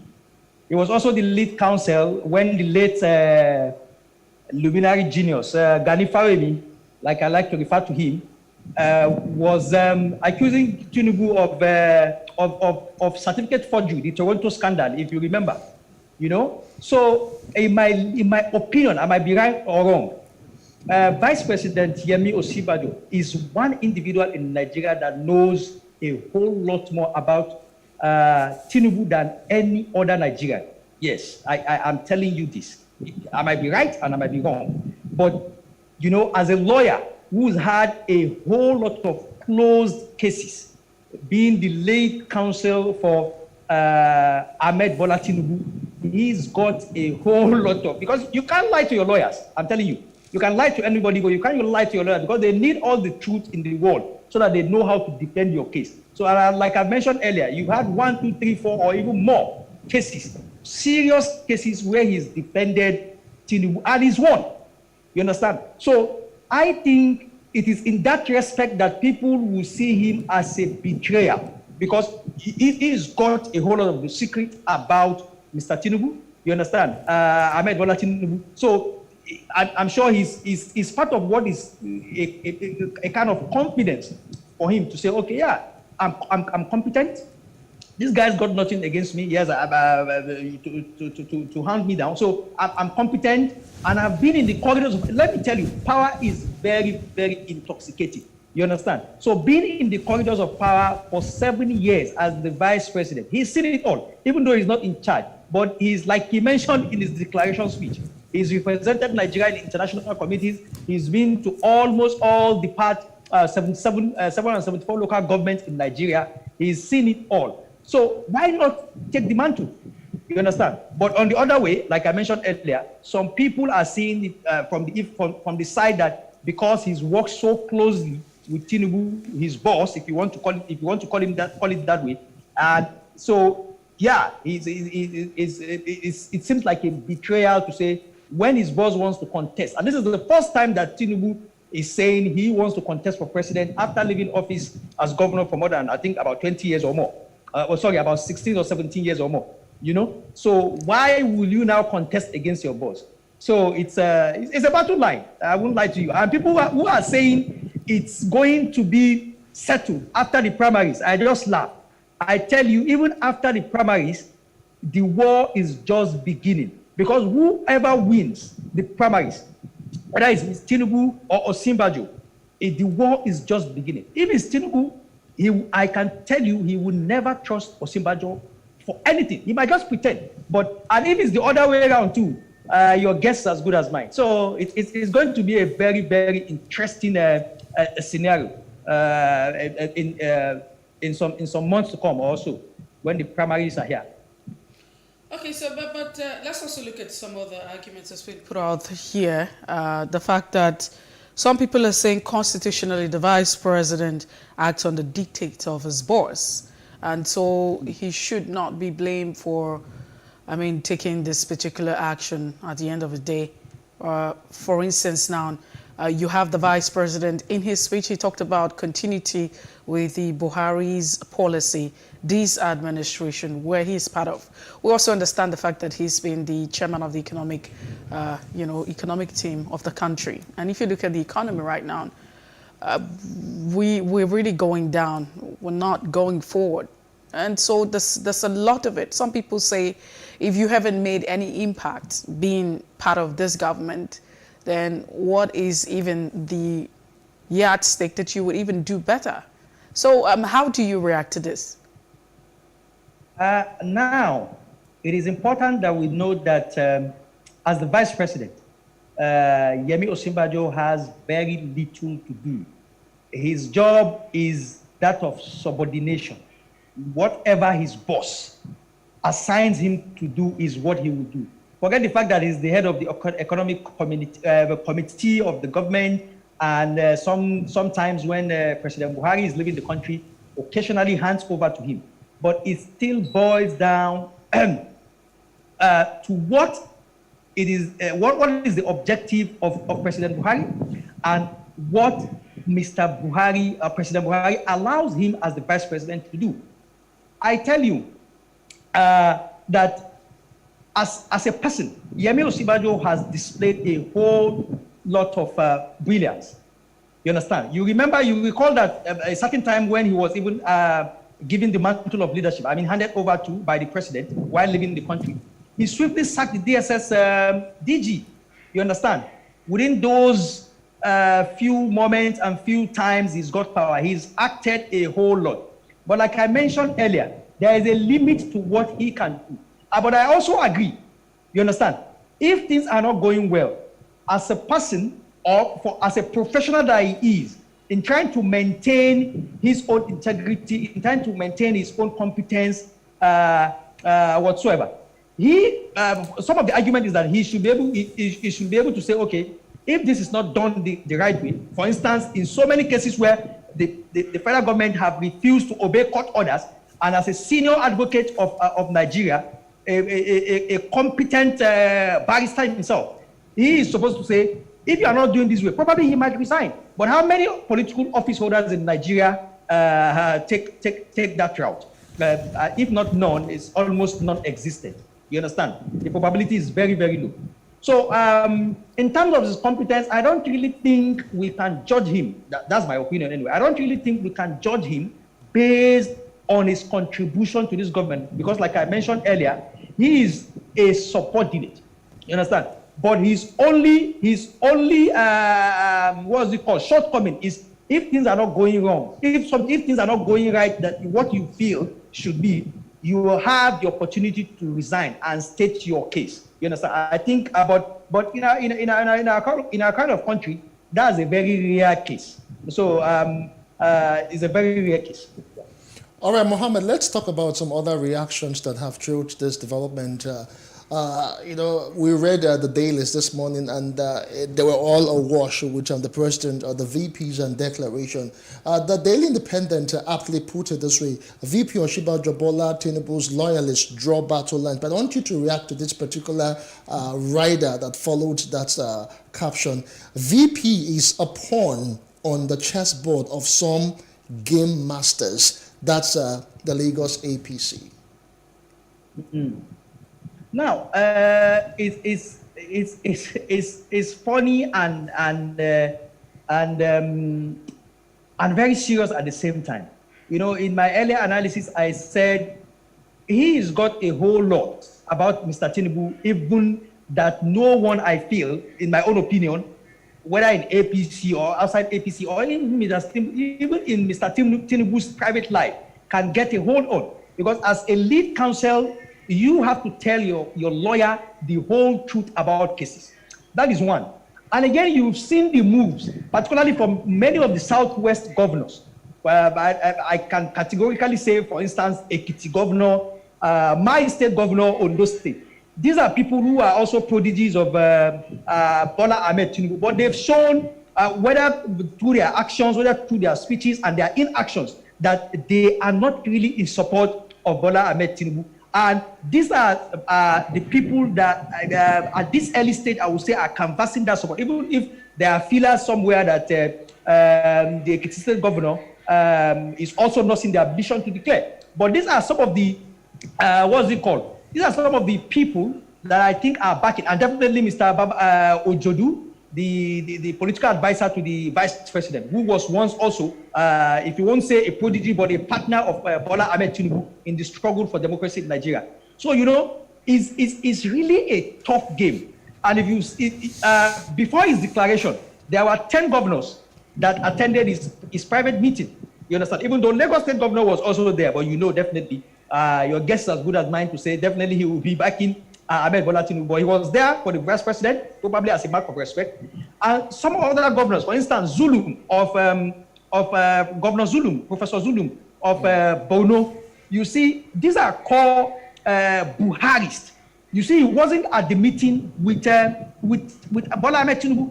So these are some of the feelers that gives you the incline that probably Mr. President himself, I mean President Buhari, is the one backing the vice president. But the former Lagos State governor also had a meeting. Mohammed, let me just get the word in edgewise. The former Lagos State governor also had a meeting with the governors shortly after the VP's declaration. What does all of this say? Yes, sorry, I didn't get you, sorry? The former Lagos State governor, that's Senator Tinubu, also had a meeting with the governors just after the VP's declaration. What does all of this really tell? Yes. If you listen to him very well, he was talking about collaboration and partnership, and actually officially letting the governors know that he will be contesting for the position of President of the Federal Republic of Nigeria and is canvassing for their support. You will see the good thing for Tinubu that I feel, if there is primaries, because you never can rule out consensus candidates at the APC. You see their recent convention, most of the positions, including that of the chairmanship, was by consensus. So if there are regulated primaries, whether it be direct primaries or indirect primaries, Mr. Tinubu, Ahmed Bola Tinubu, has a little edge, I would say, because he's got more support from the north.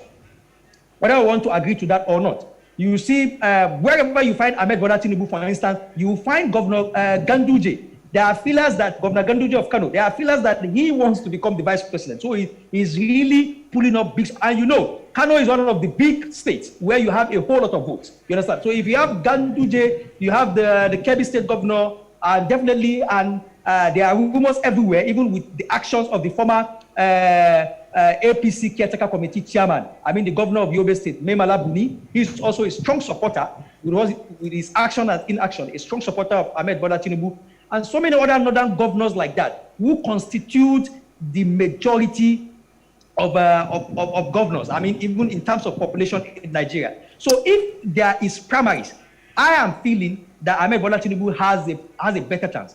But if they go by consensus, wanting to impose, a candidate on the party, it is possible that the vice president, Yemi Osinbajo. But the APC governors, they have allayed fears over consensus candidacy. It was actually part of what they said at the meeting yesterday. Yes, but this is politics. They can't come out bare-faced to tell you what they are planning. I tell you, it's very, very possible.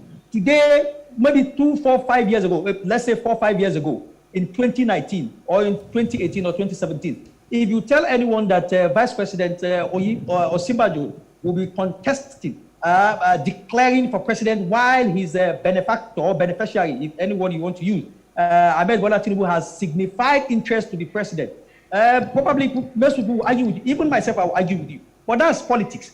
And power changes people. You understand? Being in the corridor of power, you feel, okay, if I am this, why can't I grab that? If I am that, why can't I grab this? You understand? So it's very possible. And everybody is seeing this, whether the chances are slim or the probability is high, everybody is seeing that there is a chance.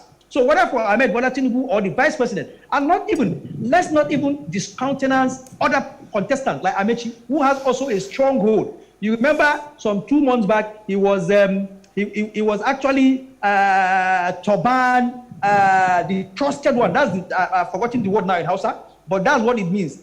The trusted one of the Kasina Emirate. You understand? So you can't really discountenance all these people. They might not pull heavyweight, but they might, they might succeed in pulling out votes from all the major contestants. And I must tell you, if I must add, you see the PDP, if they put their house in order, whether Ahmed Bola Tinubu wins the primaries for APC or Vice President Yemi Osinbajo wins the primaries for APC, the PDP has a better chance to win the general election. Because whether you like it or not, sir, I am telling you, the primaries will resonate into a whole lot of acrimony.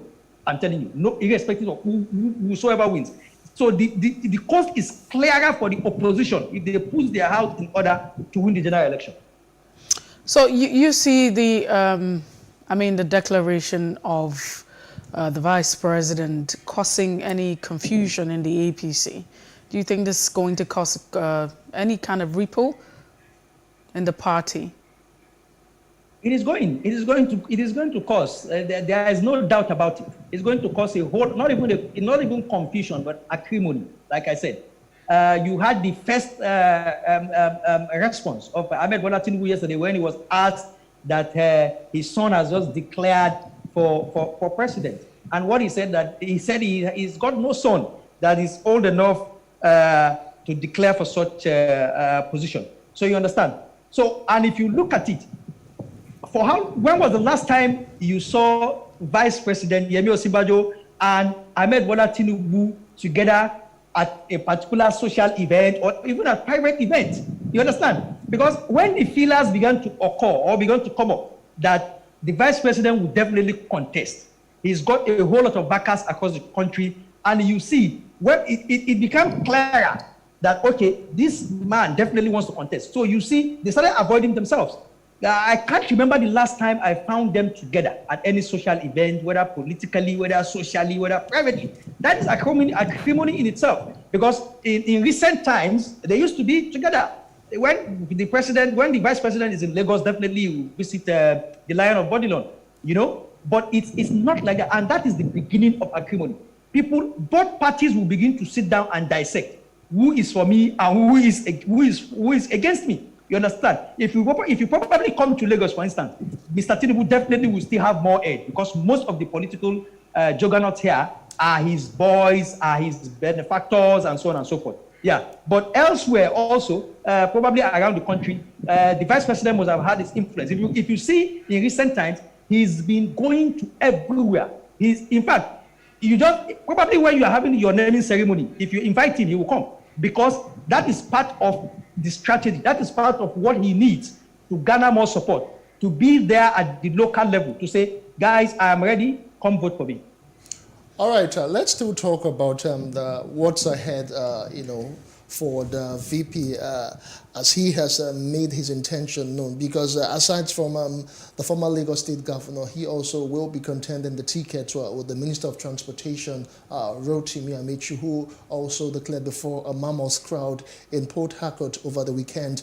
But right now, a lot of reactions have showed the VP's declaration, although he said he was going to build on what his principal's legacy, that's President Muhammad Buhari. What do you think he can bring to the table? What can he do differently this time around? Because if he's going to ride on the wings of the president right now, he might not really be speaking favorably, where Nigerians are, because the reactions have actually, condemned that particular statement that he made. Thank you for that question. But as a subordinate, you can't discountenance your boss. It's just a normal rule. Whether right or wrong, since that person is your boss, you must acknowledge him or her, and then try to make them feel fine, whether they are on the right path or not. But having said that, you see, we must be very factual with ourselves as Nigerians. In our country, how many times has manifestos won people election? My brother, how many times? I look at the debate in Lagos gubernatorial, for instance, I look at the debate in Lagos gubernatorial elections in recent years. The most brilliant gentleman that has been, he speaks very well. He's got articulated plans to take Lagos to the next level, if I may use that word. One Babatunde something, I've forgotten his second name, But he's never come second or third even on the election day. You understand? So it is not about being. It's not about your oratory. It's not about what you lay down to achieve or how you want to achieve them. I tell you, our system is built in a way where these things do not count. I must be very factual with you. These things do not count. You understand? So what people see. What people look at first is probably, who is this person? Where is he coming from? And how best probably can he influence the election? How, if I'm voting for him or her? There are so many statements out there. If I vote for a Shaware, for instance, am I not wasting my vote? That was what the late Gani Fahimi also faced while he was trying to contest for the presidency. Gani Fahimi is under the platform ADC or so. When I vote for him, I think I'm just wasting my vote. You understand? So most importantly, the party matters. Yeah. And at this moment, the two dominant parties is the APC and the PDP. If you are not part of these parties, the chances that you are going to lose the general election is more than 70 to 80%, and that's a high percentage. You understand? So we vote so much along party lines. You understand? And it's not good for democracy, because, in fact, there should be, I think the new electoral bill is providing, if I'm not mistaken, is providing opportunity for individuals to contest elections as individuals without party affiliations. But I can tell you how many individuals can win elections in such way, in such circumstances in our country. So we are so much affiliated to parties. We are not talking about Mohammed Abdullahi. We have to let you go now. Sorry? We have to let you go, and that's because we're out of time. Okay. Thank you very much for having me. Thank you so much for being part of the show this morning. Mohammed Abdullahi is a public affairs analyst, and we have been looking at the declaration of the Vice President, Professor Yemi Osinbajo, joining the race for 2023 presidential race. And first, he has to win the presidential ticket for the APC. And let's see how all of that pans out as we progress.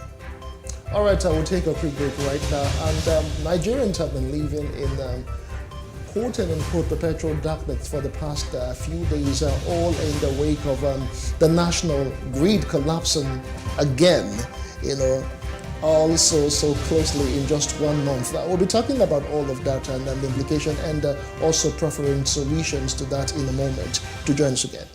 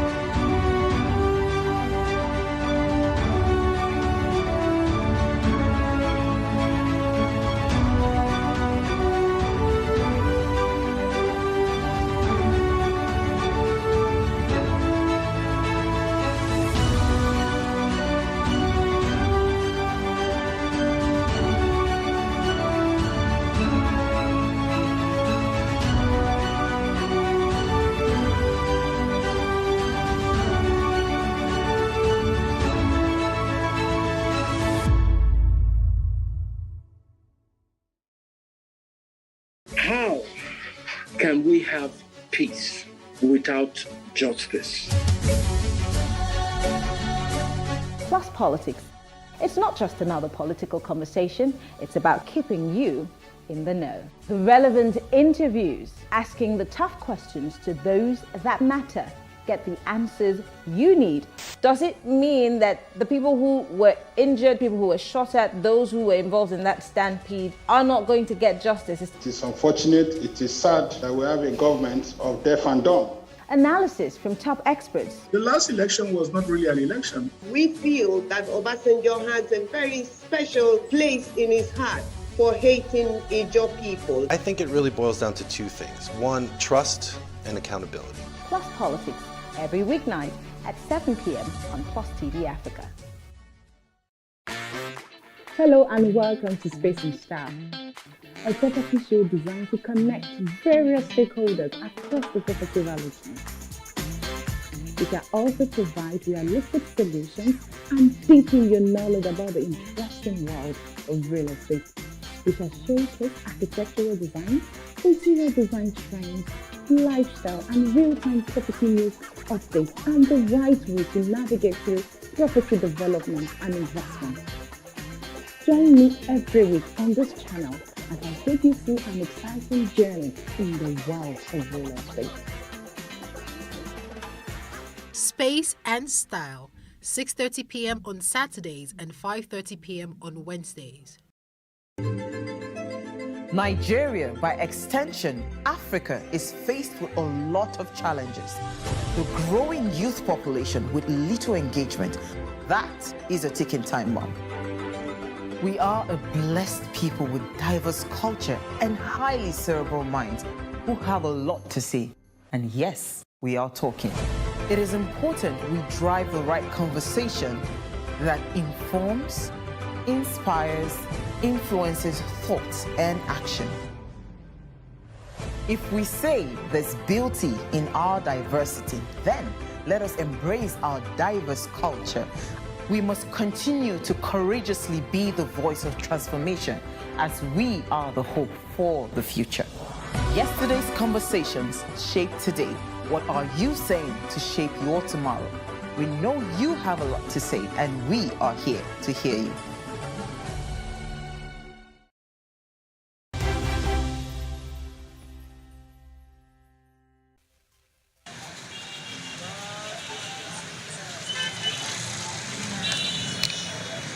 In Nigeria, the dry season usually starts from the month of March to April every year. However, this year, there have been an extreme hot and humid weather nationwide, even in coastal areas such as Lagos. Hitting the streets, residents of Lagos complain about the unbearable heat. Even if you have fans, nothing will work for your house. I say use hand fan, they fan yourself, come outside. Sometimes we spend night for outside till daybreak because of the heat. Both night and afternoon, morning, the weather is too high. Maybe this is the end of the life, so I don't know. We are feeling the hot weather, but there is nothing we can do with it. Because NEPA no bring lights. So that is why we cannot sleep well in the night in the house. We don't have choice, because every pleasant day we buy petrol so that we can sleep better. Because if you can't see fan, the heat is too much. See on my neck like this for it scratches, because we have to buy the petrol and we run it for to the second day. So I'm not okay. Medical and climate change experts warn against the dangers to human and natural resources. Dr. Tuyime Bawandu, a public health expert for over 3 decades, speaks about the major risk factors of heat and preventive measures to take during this period. The purpose of sweating is to provide a cooling system, because once you sweat and the water evaporates, it cools your body. That is the purpose of the sweat. So now you have to sweat excessively. When you sweat excessively, you lose nutrients, you lose electrolytes, you lose water. So now, if water is not replaced, you become dehydrated. I mean, what it means is that the water in your body then falls down below a certain level, which becomes a problem for the body. This can have effect on the cardiovascular system, the pumping of your heart. It has effect on the kidney function, and even your mood and emotion. And then, of course, with the heat, you are prone to rashes, okay? Because, the heat rash and infection thereof can be additional problem. So you also observe that people that experience heat, they cannot actually do work as they ought to do it. They have labile mood. Their mood just swing anyhow. They get angry easily, and they are prone to rash decisions, So apart from the thing having effect on the body, it has effect on the productivity of the person and even the productivity of the country or the city as a whole. If you're not an outdoor worker, stay under shade, okay? Trees, houses, bus stops, that's where you can stay. Always take sufficient fluid, okay, along. Philip Jabo is a climate change expert. He calls on the government to take action against gas emission, bush burning, car exhaustion, and other human activities that pollute the earth. If we move away from those things, start looking at, like I said earlier, the mass transit, trains that will take people a long distance, like the government is doing, but we don't see too much commitment. Like Lagos State is trying to do, but it's neither here nor there. If we have that nationally, so that I don't need to drive my car every morning or evening, and then I have to enter the train or the... Talking about the power grid collapse, the collapse of Nigeria's electricity grid actually occurred twice on Friday and Saturday last week, and despite concerted efforts to stabilize power system. The federal government report seen in Abuja on Monday showed that data in that report, which was obtained from the Federal Ministry of Power, showed the quantum of electricity on the grid crashed from 3,000 megawatts on Friday to as low as 10,000 megawatts. Also, or 10 megawatts. Also, another collapse of the national grid occurred on Saturday, April the 9th. 2022 as the nation's power system collapsed to 33 megawatts after it had earlier posted a peak generation of 3,281.50 megawatts the same day. The report, however, indicated that power generation on the grid moved on Sunday, that's April the 10th. You have the federal government also saying that the Nigerian Regulatory Commission and the system operator were investigating the causes of the recurrent power grid collapse that had repeatedly led to widespread blackout across the country. We have George Etome, who is a power expert, joining the conversation this morning. George Etome, it's good to have you join us.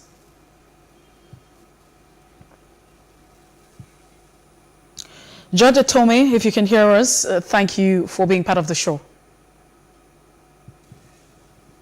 All right. We're unable to have, some communication and connection with our guest this morning, George Etome. As soon as we're able to have that connection, we'll continue with the conversation. George Etome, can you hear us this morning? Yes, I can hear you. I hope you can hear me too. Well, many thanks for being part of the show. We appreciate it. So let's talk about this collapse of the national grid. And usually every time we hear that the national grid collapse, and that's why Nigerians are in gross darkness, what exactly really happens? Is this that do you have the power generating infrastructure collapsing or the transmission infrastructure collapsing? And why do we have this constant collapse? Usually when you talk about the grid, the national grid, you're actually referring to the transmission system. And as you're aware, there are three members, critical members in the value chain: the generation, transmission, and distribution. The grid is the network of transmission lines through which, when power is generated, it is then transported, as it were, to the distribution companies for onward supply to the various consumers. So when the grid will collapse for a number of reasons, usually it is when it either has too much generation on it or too little generation. And this is why at any time it needs to be balanced. Now the grid capacity, like we all understand it, is roughly in the neighborhood of 4,000 to 5,000 megawatts. In other words, if generating companies generate more than 5,000 megawatts, the grid will strain to get that to the discos. Or if it then goes below a very critical level, it will also strain. So it requires a delicate balance for that system to be maintained so that there's a steady flow. Now, for the generating companies themselves, they rely, we have two major sources of power in Nigeria: the hydro and the thermal plants. The thermal plants, which is about 80% of our power needs, their feedstock is gas. And I'm sure you're familiar with the story that there's a shortage of gas pipelines have been blown up. Whenever those things occur, it compromises the ability of the generating companies to get the fuel that enables them to turn their turbines and then in turn generate power for the grid. When that happens, the grid will be unable to get enough critical power to transport, and then to protect itself, it has to shut down. This is why you hear about a total collapse. That means the grid has essentially been shut down. Now, at this particular time, I heard your report before now, it's very hot. That's affecting the hydro. The hydro complement, like I said, is about 20%. And that 20% itself, a part of it has been lost because of the dry weather, which has gone for so long this particular season.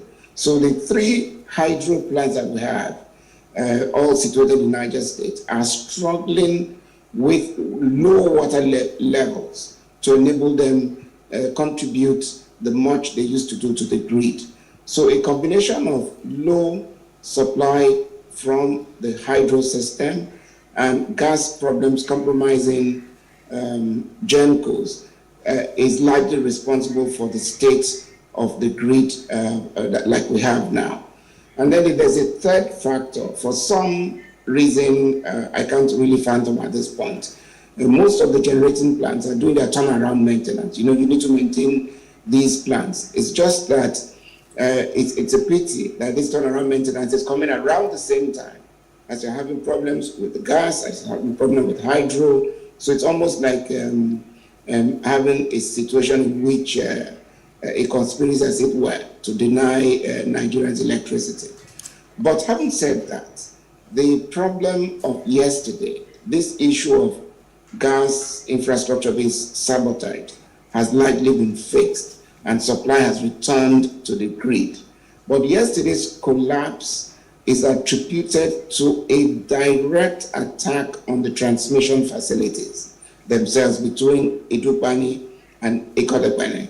Now, that is very worrying because it's actually an act of sabotage. Because once you hit at the transmission lines themselves, it's a big problem. Because once you do that, it affects, once one section of the transmission lines are unable to wheel power, it causes problems for all the other sections. And so you will have a grid collapse. Again, to protect itself, the grid will collapse. You just think about a highway leading to a particular destination, and then suddenly you have a gully. The gully just enables those who are coming to supply the power to continue with the journey. So this is what has just happened with regard to the last two collapses, I think Friday and Saturday. So that's a real cause for concern. Now, perhaps the question would be, why do we have these frequent collapses on, and what should be done about it? Now, one major thing experts will tell you is that our grid does not have what they call a spinning reserve. Now, a spinning reserve is that system that enables you have power on standby for those periods when you have this sort of collapse that we're talking about. It kicks in. It kicks in to give you short-term supply until you fix the main problem. Our grid does not have a spinning reserve. And one of the biggest recommendations going forward is that we should have spinning reserve to cater for those periods when you have problems and then you require a little bit of time to fix the problem. So that way, supply continues to go on and then you fix the problem. The other issue that has been this issue of, do we really need one grid? Because we have one massive grid covering the entire country. And the question is, can't you break up the grid? Must everybody be supplied power on this national grid system? The argument is on as to whether or not we need one national grid. But the problem here is that the problem with the one mono grid, as we call it now, is that once something happens to one sector, it affects the entire sector. So there should be the ability, as it were, to segment the grid so that you can create islands where power can be given to specific destinations when there's a problem in one other area. So that way you isolate supply areas so that transmission can continue instead of this humongous grid that we have today. And finally, of course, following the reforms that brought in the privatization, the GENCOs have been privatized, so have the DISCOs, but transmission is still held entirely by the government. All right, Mr. Naturally, there will be the vagaries of government control in any of these assets. And so part of the experts are saying you must do something about it. The plan was to have concessioned it to top-class management, but we don't see that happening. So I believe part of the human problems we face with government being involved in business is also one of the factors affecting the transmission. All right, Mr. George Etomi, you have indeed, encapsulated all of the issues and, of course, the preferable solutions all in one go. But we do really appreciate the time. But as it is right now, what do we expect from this Gencos and Trancos? Are Nigerians going to get better, supply over time with these frequent collapses that we've been having? What's the way forward? What's the future, really? Well, the future is that we really don't have a choice but get better. That's honestly speaking, we don't have a choice but to get better.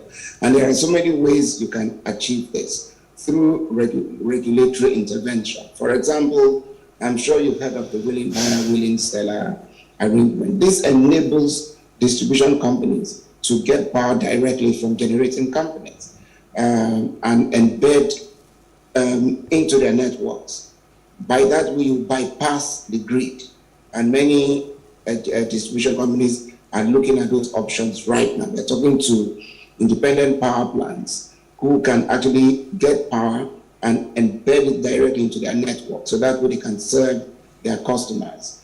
The grid system, like I told you, depends on all the power that's supplied to one single carrier, and that can be a drawback.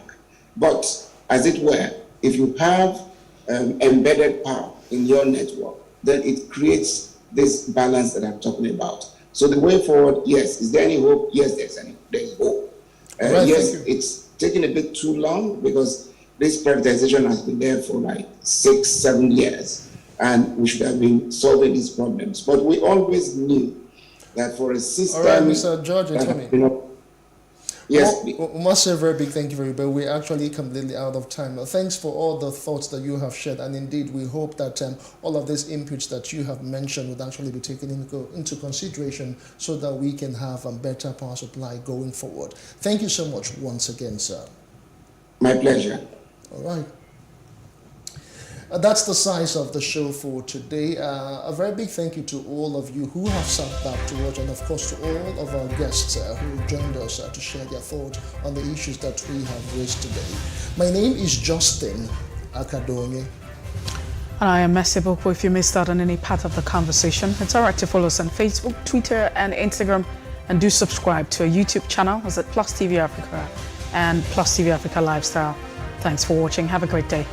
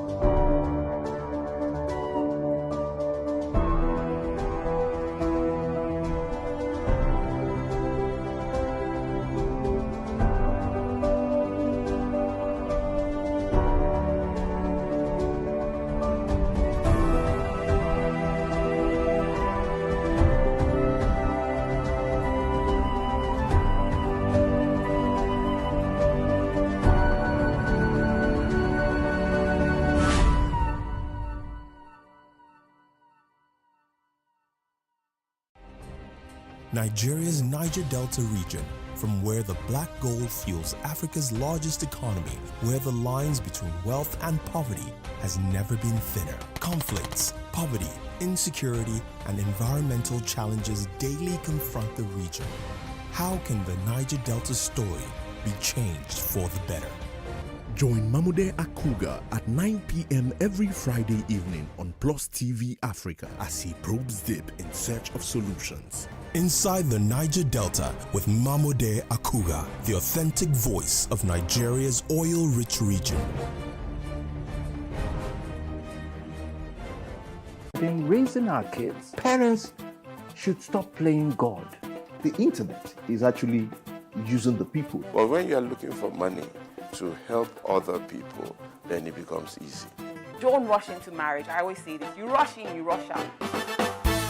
Family is the bedrock of every society and the essence of life. On Today with John and Helen, we dig deep into family values in every sense of the word. Join us every Saturday at 9:15 a.m. on PlusTvAfrica, DSTV channel 408. With you, we play a part in strengthening the values passed from generation to generation.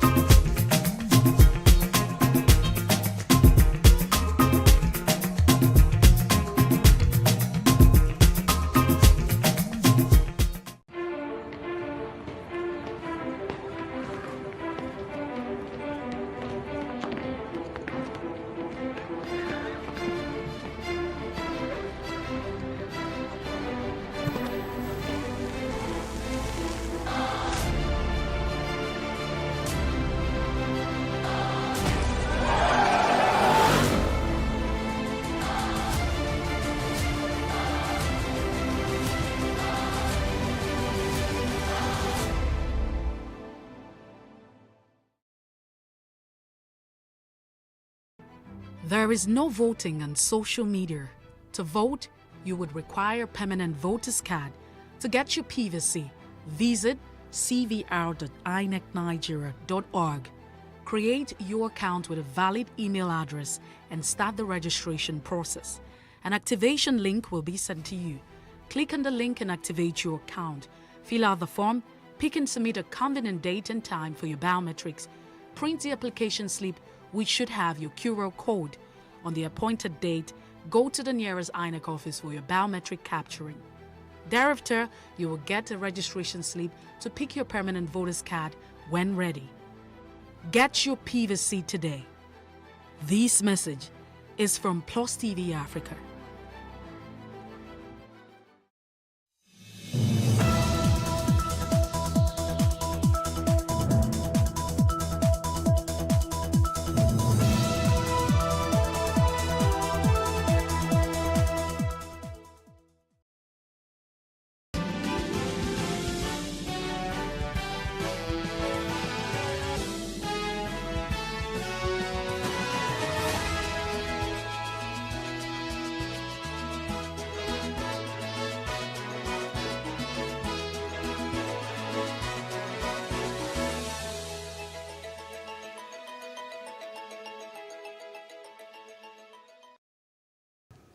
Good morning, I am Justin Akadonye and you're watching the news brief on PlusTvAfrica. Now, kinsmen and supporters of Professor Yemi Osinbajo earlier stamped major streets within Abeokuta metropolis in jubilation after the vice president declared to join the 2023 presidential race. They were armed with placards and banners in a solitary demonstration tagged "A Walk for Osinbajo."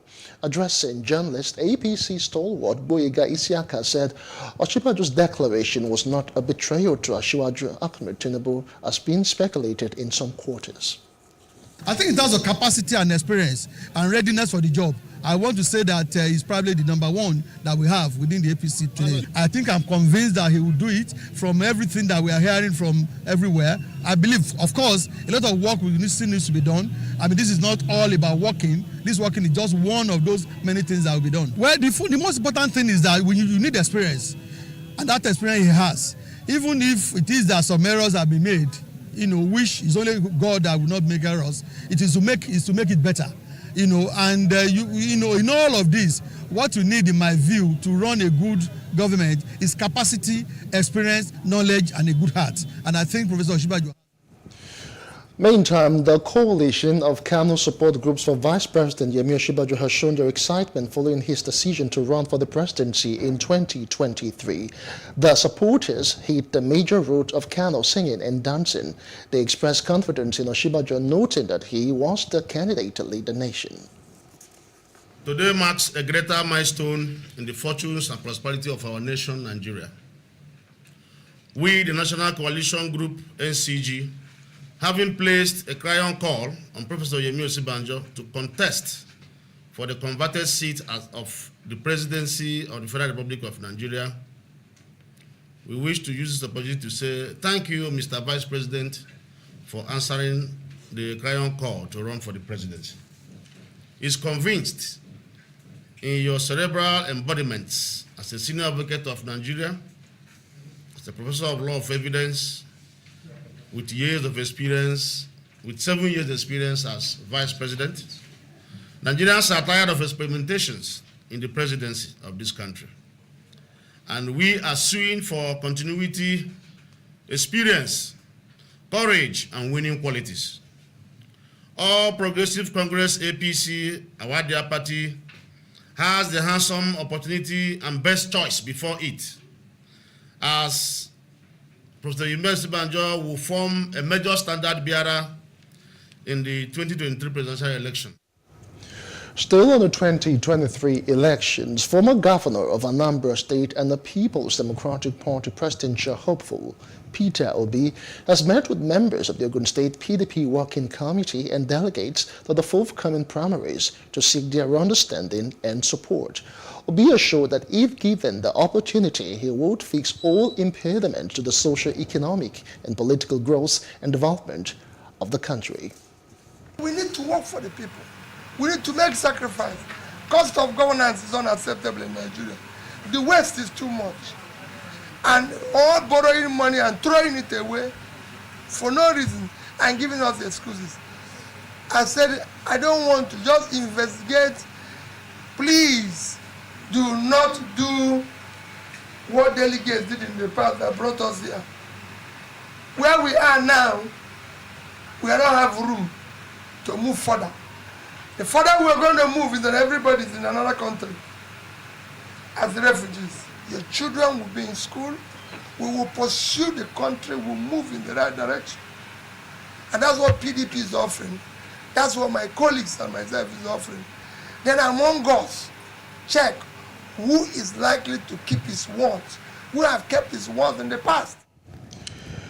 In a related development, more women have continued to indicate interest to run for various political positions across the country. The wife of the governor of Ondo State, Betty Akeredolu, has indicated interest to run for Imo, a senatorial district, her place of birth. Speaking at the palace of the traditional ruler of Obo, Abombise, His Royal Highness Eze Aduku, Betty promised to ensure women were not relegated to the background if elected as senator representing the Owerri zone.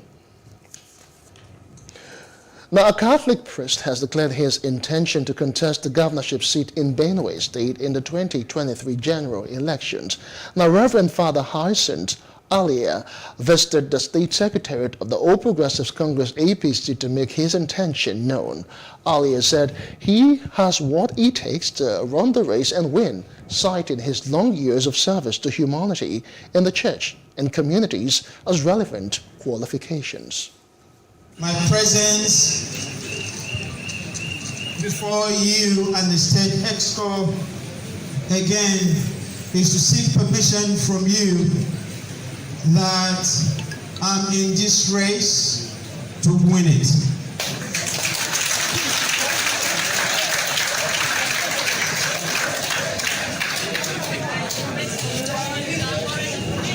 I'm coming from the backdrop of the church. In the church, our clergy are trained to be everything. We pinch pennies, but we build church structures. We pinch, but the little we get, we place it where it is supposed to go.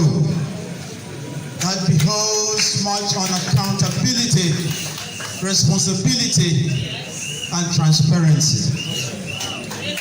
That must remain my foothold. As I seek your blessing to step further with consultations for the first, the #1 seat in the state, I'm also before you to pray your earnest blessings on me.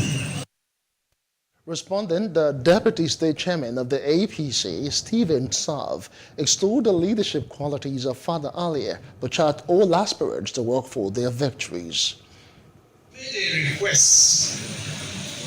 a request, and you said we should allow you go out and contest election.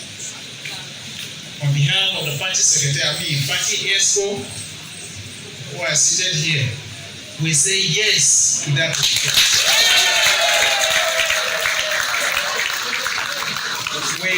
We have allowed you to go all out, all the nooks and crannies of Benue State, consult widely.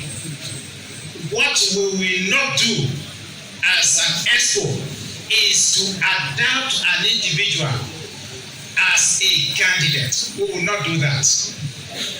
We will not endorse you. A cross-section of Nigerians who have exercised their civic responsibilities by voting during elections says though the process is usually stressful, it is worth the while as it gives a sense of fulfillment as citizens. In this report, our correspondent Jacinta Obuku x-rays ways of ending voter apathy. One responsibility of citizens is voting. The law does not require citizens to vote, but voting is a very important part of any democracy. By voting, citizens are participating in the democratic process, but when not, they hand over political power to views they may oppose. While some say they are not confident in the election process in the country over the years, others believe it is their right to choose who governs them, irrespective of the cumbersome voting system. It will make me feel fulfilled like a Nigerian because I voted for the person that I needed and they gave me the person. That was 2011 when Goodluck and Buhari, the first time. That was nice. I voted and I enjoyed that time because it was free and fair election. Well, normally in this country, we just vote. We try our best to vote. So if you vote and it turns out negative, you try again another year. I have voted before several times. I can't count it. So, and why we are voting is because if I'm voting for somebody, I'm voting because I want the person to lead us very well. I'll still continue to vote because I believe one day everything will change for good. My perception concerning our election is that our vote doesn't count. So, but I felt if you continue saying that, we won't go anywhere. So I decided to go out and then cast my vote for who I voted for. Political analyst Professor Sani Fege shared his voting experience, which he believes has been worthwhile. He spoke alongside Babatunde Olaoluwa, who is an executive member of the All Progressives Congress in Lagos State. My first time of voting was in the Second Republic. That was 1979 when I was a graduate assistant. At that time, there wasn't much hassle in terms of voter registration. It was quite arranged, okay system. The process was smooth, and people were elated. We were well educated in terms of what was expected of us as voters. The political parties campaigned vigorously to enlighten the electorate. Voting for the first time occurred in 1983 during the UPN days. And in those days, there was a sense of fulfillment. In fact, before the day came up, you will be yearning for it because it was a performing government. It was a government that had direction. And because it impacted positively on the people, particularly those of us who were younger ones, are still going through our education, then we wanted that government to continue in office. Fege and Babatunde share the same opinion. Nigerians must not trivialize their civic responsibility. The fate of the country today and in the future is in their hands because democracy has given us the opportunity to shape how things will go in terms of politics and governance. All of us put together need to talk to ourselves. The kind of orientation that is injected into the youth at these days about voting is not encouraging. And I think something needs to be done to ensure that we have every individual of voting age to vote at every election so that the government put in place will be the government of the people. Recently, the renowned clergy Pastor Enoch Adeboye charged his congregation to ensure they all participate in the next elections as it's their right. Before you became a Christian, you are a Nigerian. You have a duty to your country to register, to vote, to make sure that your vote will count. You have a duty to belong to any party of your choice at the very grassroots. You can't sit down, fold your hands, refuse to vote, and then begin to complain about the government. Perhaps this is a clarion call to all Nigerians, including human rights activists, the mass media and even political parties to begin engaging the people in voter education. With many big names aspiring to lead, especially from Asuro, 2023 election may just be a game changer for eligible voters. Jacinta Obiuku, Plus TV News.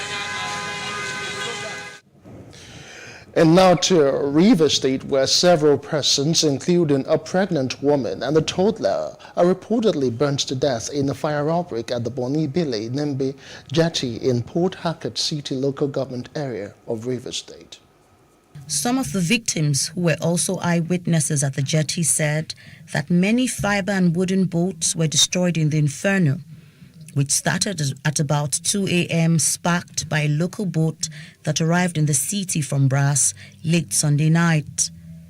Counting their losses, they said the effect of the disaster was massive due to lack of emergency services such as fire service at the jetty. They appealed to the Rivers State government to build a fire service station close to the jetty as promised to avert future occurrence. As I just dey inside the boat, I be dey sleep. My wife just get up, just call me. As she call me, now I run go the back. I tell them, make them follow me, run go the back. They no run come, they run go the front. As they run go the front, me I jump enter inside water for the back. I no come see them again. This thing, the way the thing dey, if you check where you see the gas bottle there, where the local boats carry, it dey inside the boat. So with the way this thing, they just like the way my brother talk. Now to show the local boat where they go dey, because normally the thing not from our flying boat, now the local boat. Where are the team born around 12? Now the breeze push the boat. Come here, I think just push out, the thing just connect. Now I catch all the whole boat. I've lost everything. Good thing, you are seeing what is happening on the jetty. You are seeing people property, you are seeing matured men being naked. That is just for property alone. No? We did not talk about souls. Souls we've lost. The souls we don't go here this morning now, even the ones who don't pick as they try to bring out this engine the way born, we don't pick so many. Not be the ones that will die for night where we park keep here. This thing started around 12 o'clock in the night. We did not see fire service, nothing. It is the boys' area here that struggle to quench this fire. Place like this, we are supposed to have something like fire service. Just because we don't have where that passenger will pass the night, that is why you see most people died inside the fire. The acting manager, National Inward Waterways Authority in Port Harcourt, Abraham Ogu, said there is the need to sensitize the boat drivers and travelers on safety measures. Number one, safety precautions we need to be taken. The boat is just like driving a car on the road. If your car is not in order, you don't need to put it on road. In fact, for any place like this, where there's what we call water hydrant. Water hydrant is a place that supplies water 24/7 in case of emergencies. So I have not seen any water hydrant here. Even though the cause of the massive blaze is not known, previous fire outbreaks at the jetty had been attributed to the storage of inflammable substances like petroleum products used in powering the speedboat engines in makeshift buildings within the slum. The jetty is usually a busy transit point for thousands of residents traveling from Port Harcourt by sea to Boni, Bile, Nembe, and other riverine communities. As the power supply continues to get worse, Nigerians speak out in anger. And that's in Street Views. Take a listen.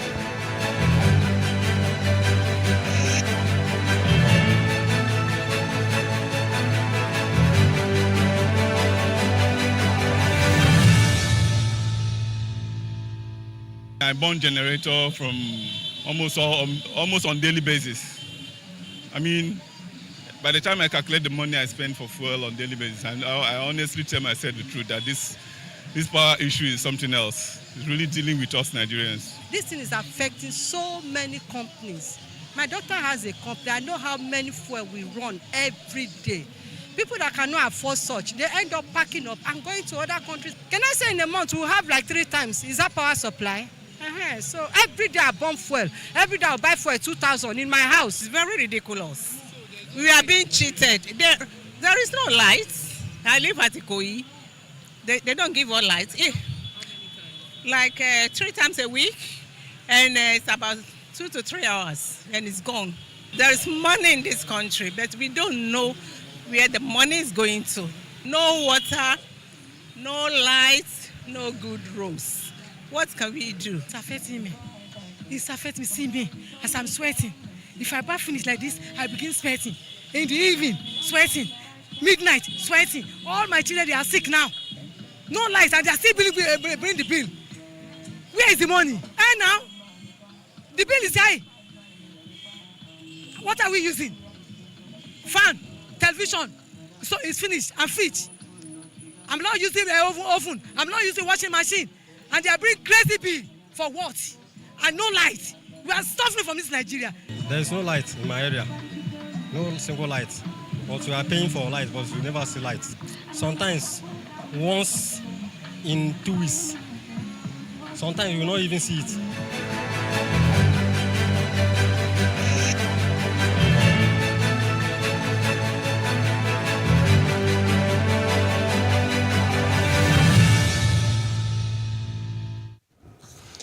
Now, South Africa's President Cyril Ramaphosa has spoken out against the harassment of migrants in the country, comparing the behavior of the vigilante groups to the apartheid regime's treatment to black South Africans. Frequent demonstrations have been held in recent months against undocumented migrants who are often accused of taking jobs from locals and committing crimes. Ramaphosa criticized the fact that vigilante groups have been stopping people on the street and forcing them to produce identification to verify their immigration status. And outside the continent, Ukraine officials say a grave with at least 2 civilian bodies has been found in Buzova village near Kyiv, the latest of such reported discovery since the Russian withdrawal from areas north of the capital. Ludmila Zabaluk, a local official, said at least 50 civilian bodies were found within the surrounding area. In the nearby town of Borondiaka, authorities continue to dig through the rubble of destroyed apartment blocks in their search for dozens of missing residents. Now, Moscow has rejected accusations of war crimes by Ukraine and Western countries. It has denied targeting civilians in what it calls a special operation to demilitarize and denazify its southern neighbor. Ukraine and Western nations have dismissed this as a baseless pretext for war. And now to the Philippines. Eyewitness footage showed people navigating and transporting their home appliances through flood waters after tropical storm Maggie left at least 20 dead, according to authorities. The footage showed flooded roads surrounding houses and a marketplace in the town of Ponyton. The storm made landfall on Sunday with sustained wind speeds of up to 65 kilometers per hour and gusts of up to 49 mph. Now, Storm Maggie is the first to hit the archipelago this year, which sees around 20 such storms annually. Business news now. The Central Bank of Nigeria, CBN, has granted MTN Nigeria Communication PLC final approval to operate its payment service bank. This was revealed in a statement signed by the company's secretary, Uto Ubana. Based on this new approval, MTN's Momo Payment Service Bank Limited can commence operations. This is coming 6 months after the Apex Bank granted approval in principle to Airtel Africa PLC and MTN to operate PSBs. In entertainment news now, actors Johnny Depp and Amber Heard have left a Virginia court after the trial opened. Hollywood star Johnny Depp sued his ex-wife Heard for $50 million over allegations that Heard made about domestic abuse. Depp insisted Heard defamed him when she penned a 2018 opinion piece in the Washington Post about being a survivor of domestic abuse. The Post never mentioned Depp by name, but his lawyers have said it was clear that Heard was referencing him and that the piece damaged his film career and reputation. Sports news now. Chelsea hit the training pitch in Madrid on Monday as they prepare for the second leg of the Champions League quarter-final against Real Madrid at the Bernabeu later on Monday. The London side cannot afford to leave anything on the table after losing 1-3 to Real in the first leg at Stamford Bridge.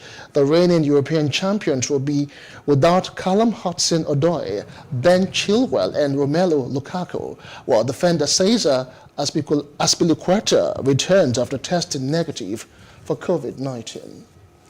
And that's the news brief. For more stories, please follow us on Facebook, Twitter, and Instagram, and do subscribe to our YouTube channel at PlusTvAfrica and PlusTvAfrica Lifestyle.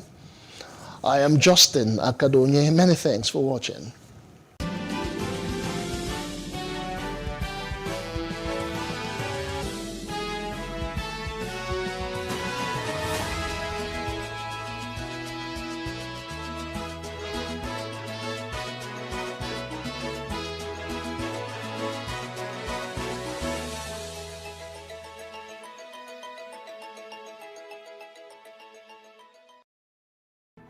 There is no voting on social media. To vote, you would require a permanent voter's card.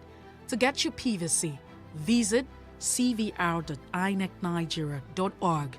Create your account with a valid email address and start the registration process. An activation link will be sent to you. Click on the link and activate your account.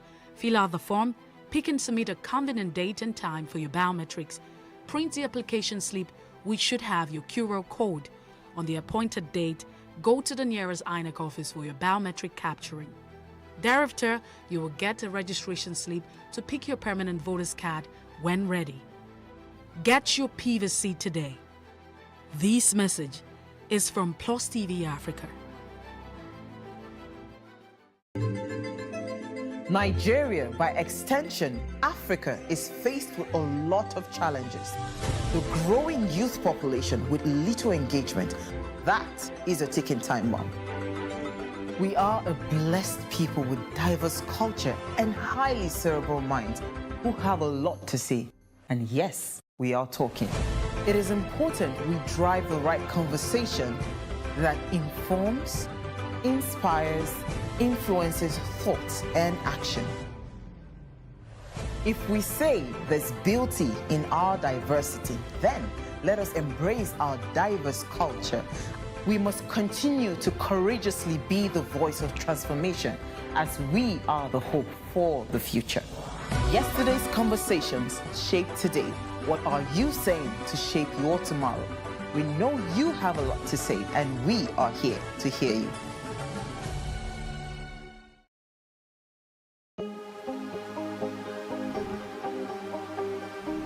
This is it for upcoming artists to blow in Nigeria.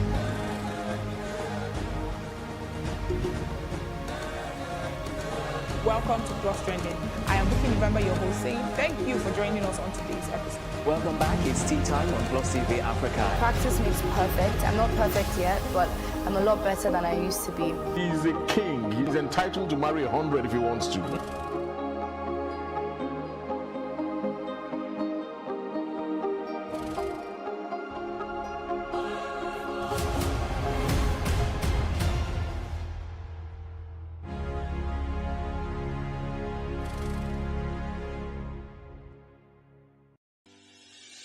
Increase the reach of your events or business services. To advertise on Plus TV Africa, please call 0906 000 5719 or 0909 040 8408, or send an email to marketing@plustvafrica.com. Plus TV Africa. Big stories live here.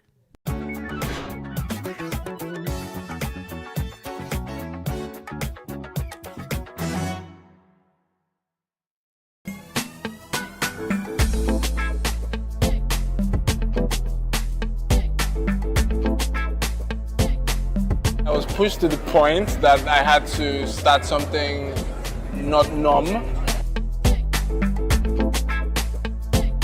And I'm a big risk taker, and I enjoy doing things that nobody really does. I wanted something different from every other art form that has been pushed out there. I didn't have that fulfillment in what I was doing, and I really wanted to express myself more as an artist, and I decided to resign and go into practicing art full time.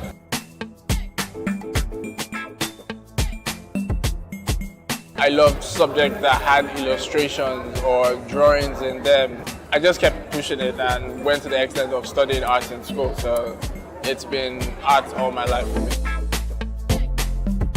I try to conceptualize what I want to create in my head. Even in as much as scattered as it might be, I create it in my head first, then I put it on paper. I sketch, then I try to pick colors, and I proceed to the main piece. A friend of mine told me, like, there's really nothing that could be achieved with graffiti here. The piece behind me is titled Boat Steps. So I'm just trying to put my own, it's an abstract journey of African fashion has come so far. The word there is Ikeakma. Ikeakma is a Bini word for movement. So we are it's just a movement, and we have the shoes here, which shows the flow and the storm which the movement creates, while working. I'm also 7. I'm an African urban artist and design consultant.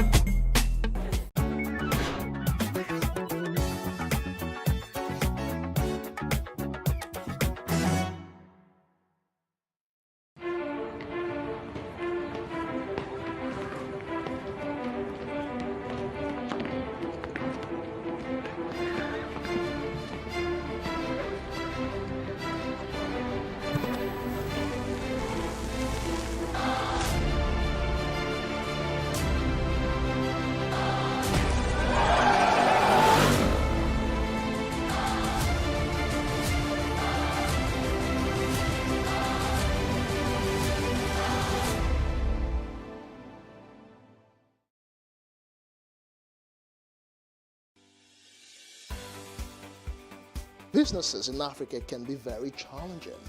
In Nigeria, it is particularly intimidating, and successful builders have learned how to navigate a hostile environment to unlock opportunities. But one major challenge businesses face is how to filter through the noise and identify where their ideal customers exist. Get insight and practical steps from industry players and captains of industries. Hear success stories to help you make informed decisions as you scale your business in Nigeria. Watch Business Insights at this time on PlusTvAfrica. In raising our kids, parents should stop playing God. The internet is actually using the people. But when you are looking for money to help other people, then it becomes easy. Don't rush into marriage. I always say this. You rush in, you rush out. Family is the bedrock of every society and the essence of life. On Today with John and Helen, we dig deep into family values in every sense of the word. Join us every Saturday at 9:15 a.m. on PlusTvAfrica, DSTV channel 408. With you, we play a part in strengthening the values passed from generation to generation.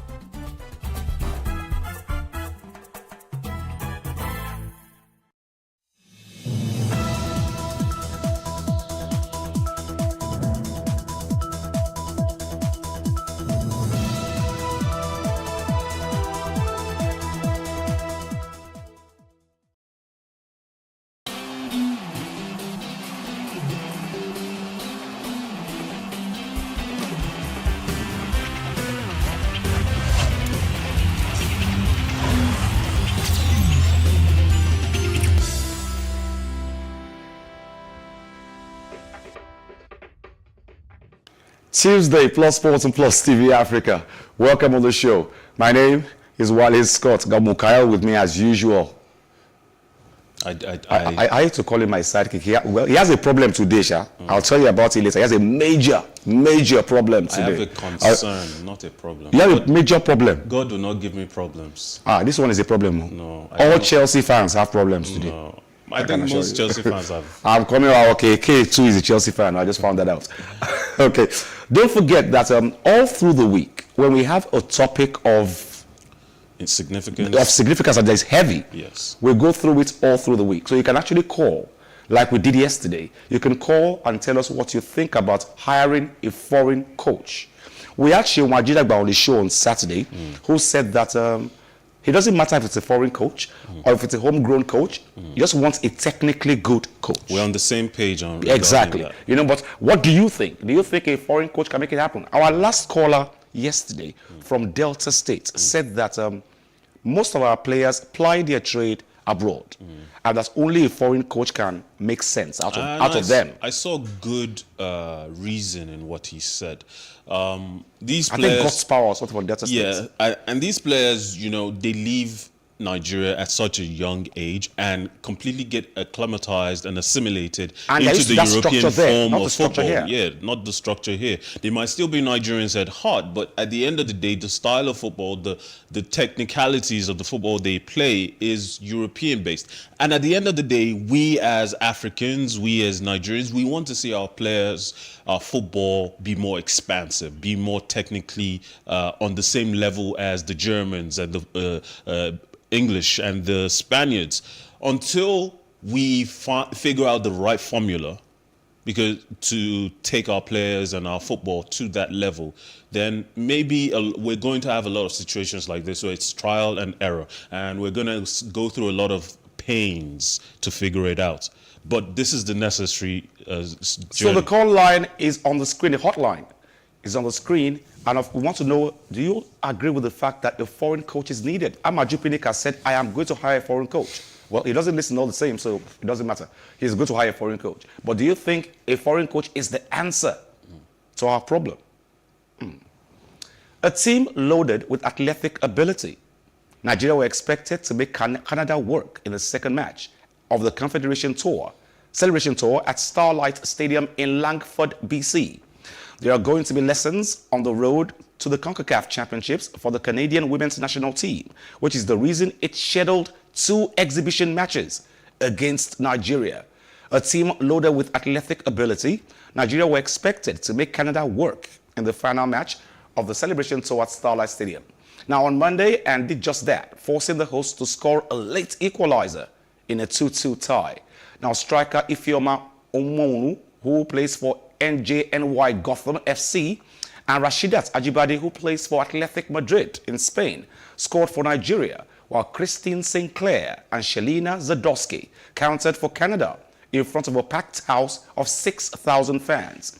With a couple of extra days to prepare, Canada head coach Bev Priestman was expecting a tougher challenge from Nigeria than they presented at BC Place on Friday, where Jessie Fleming and Vanessa Gill scored in a 2-0 win, a scoreline which actually flattered the visitors.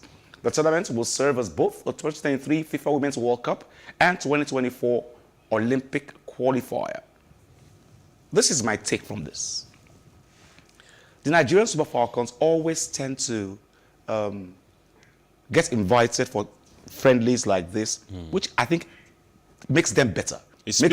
Makes them what they are. Yeah, it speaks to the strength of the Falcons already. And usually the likes of, you only get invited to play on the level with the teams that feel that you're on their level. Germany wants to play as many friendlies with England, with Spain. And if Canada, and Canada are one of the very good female teams in the world, if Canada is inviting Nigeria to friendly matches like these, then it speaks to how well we are regarded on the world football stage.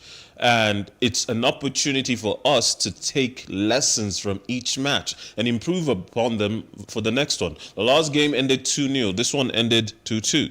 Where some could say we were lucky because we didn't deliver as much of a challenge as the Canadians expected.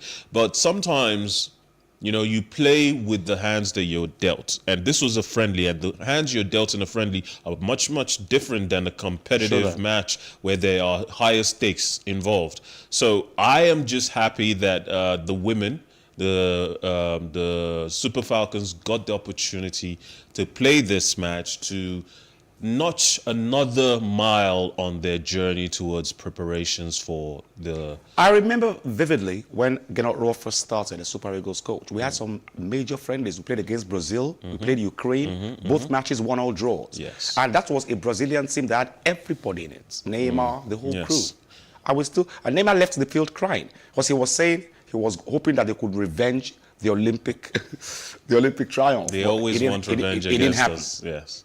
So Gennaro just lost it along the line. We've not played a major friendly in years. And it speaks to how lowly we are regarded right now. The men's football team, we're regarded so lowly that we're not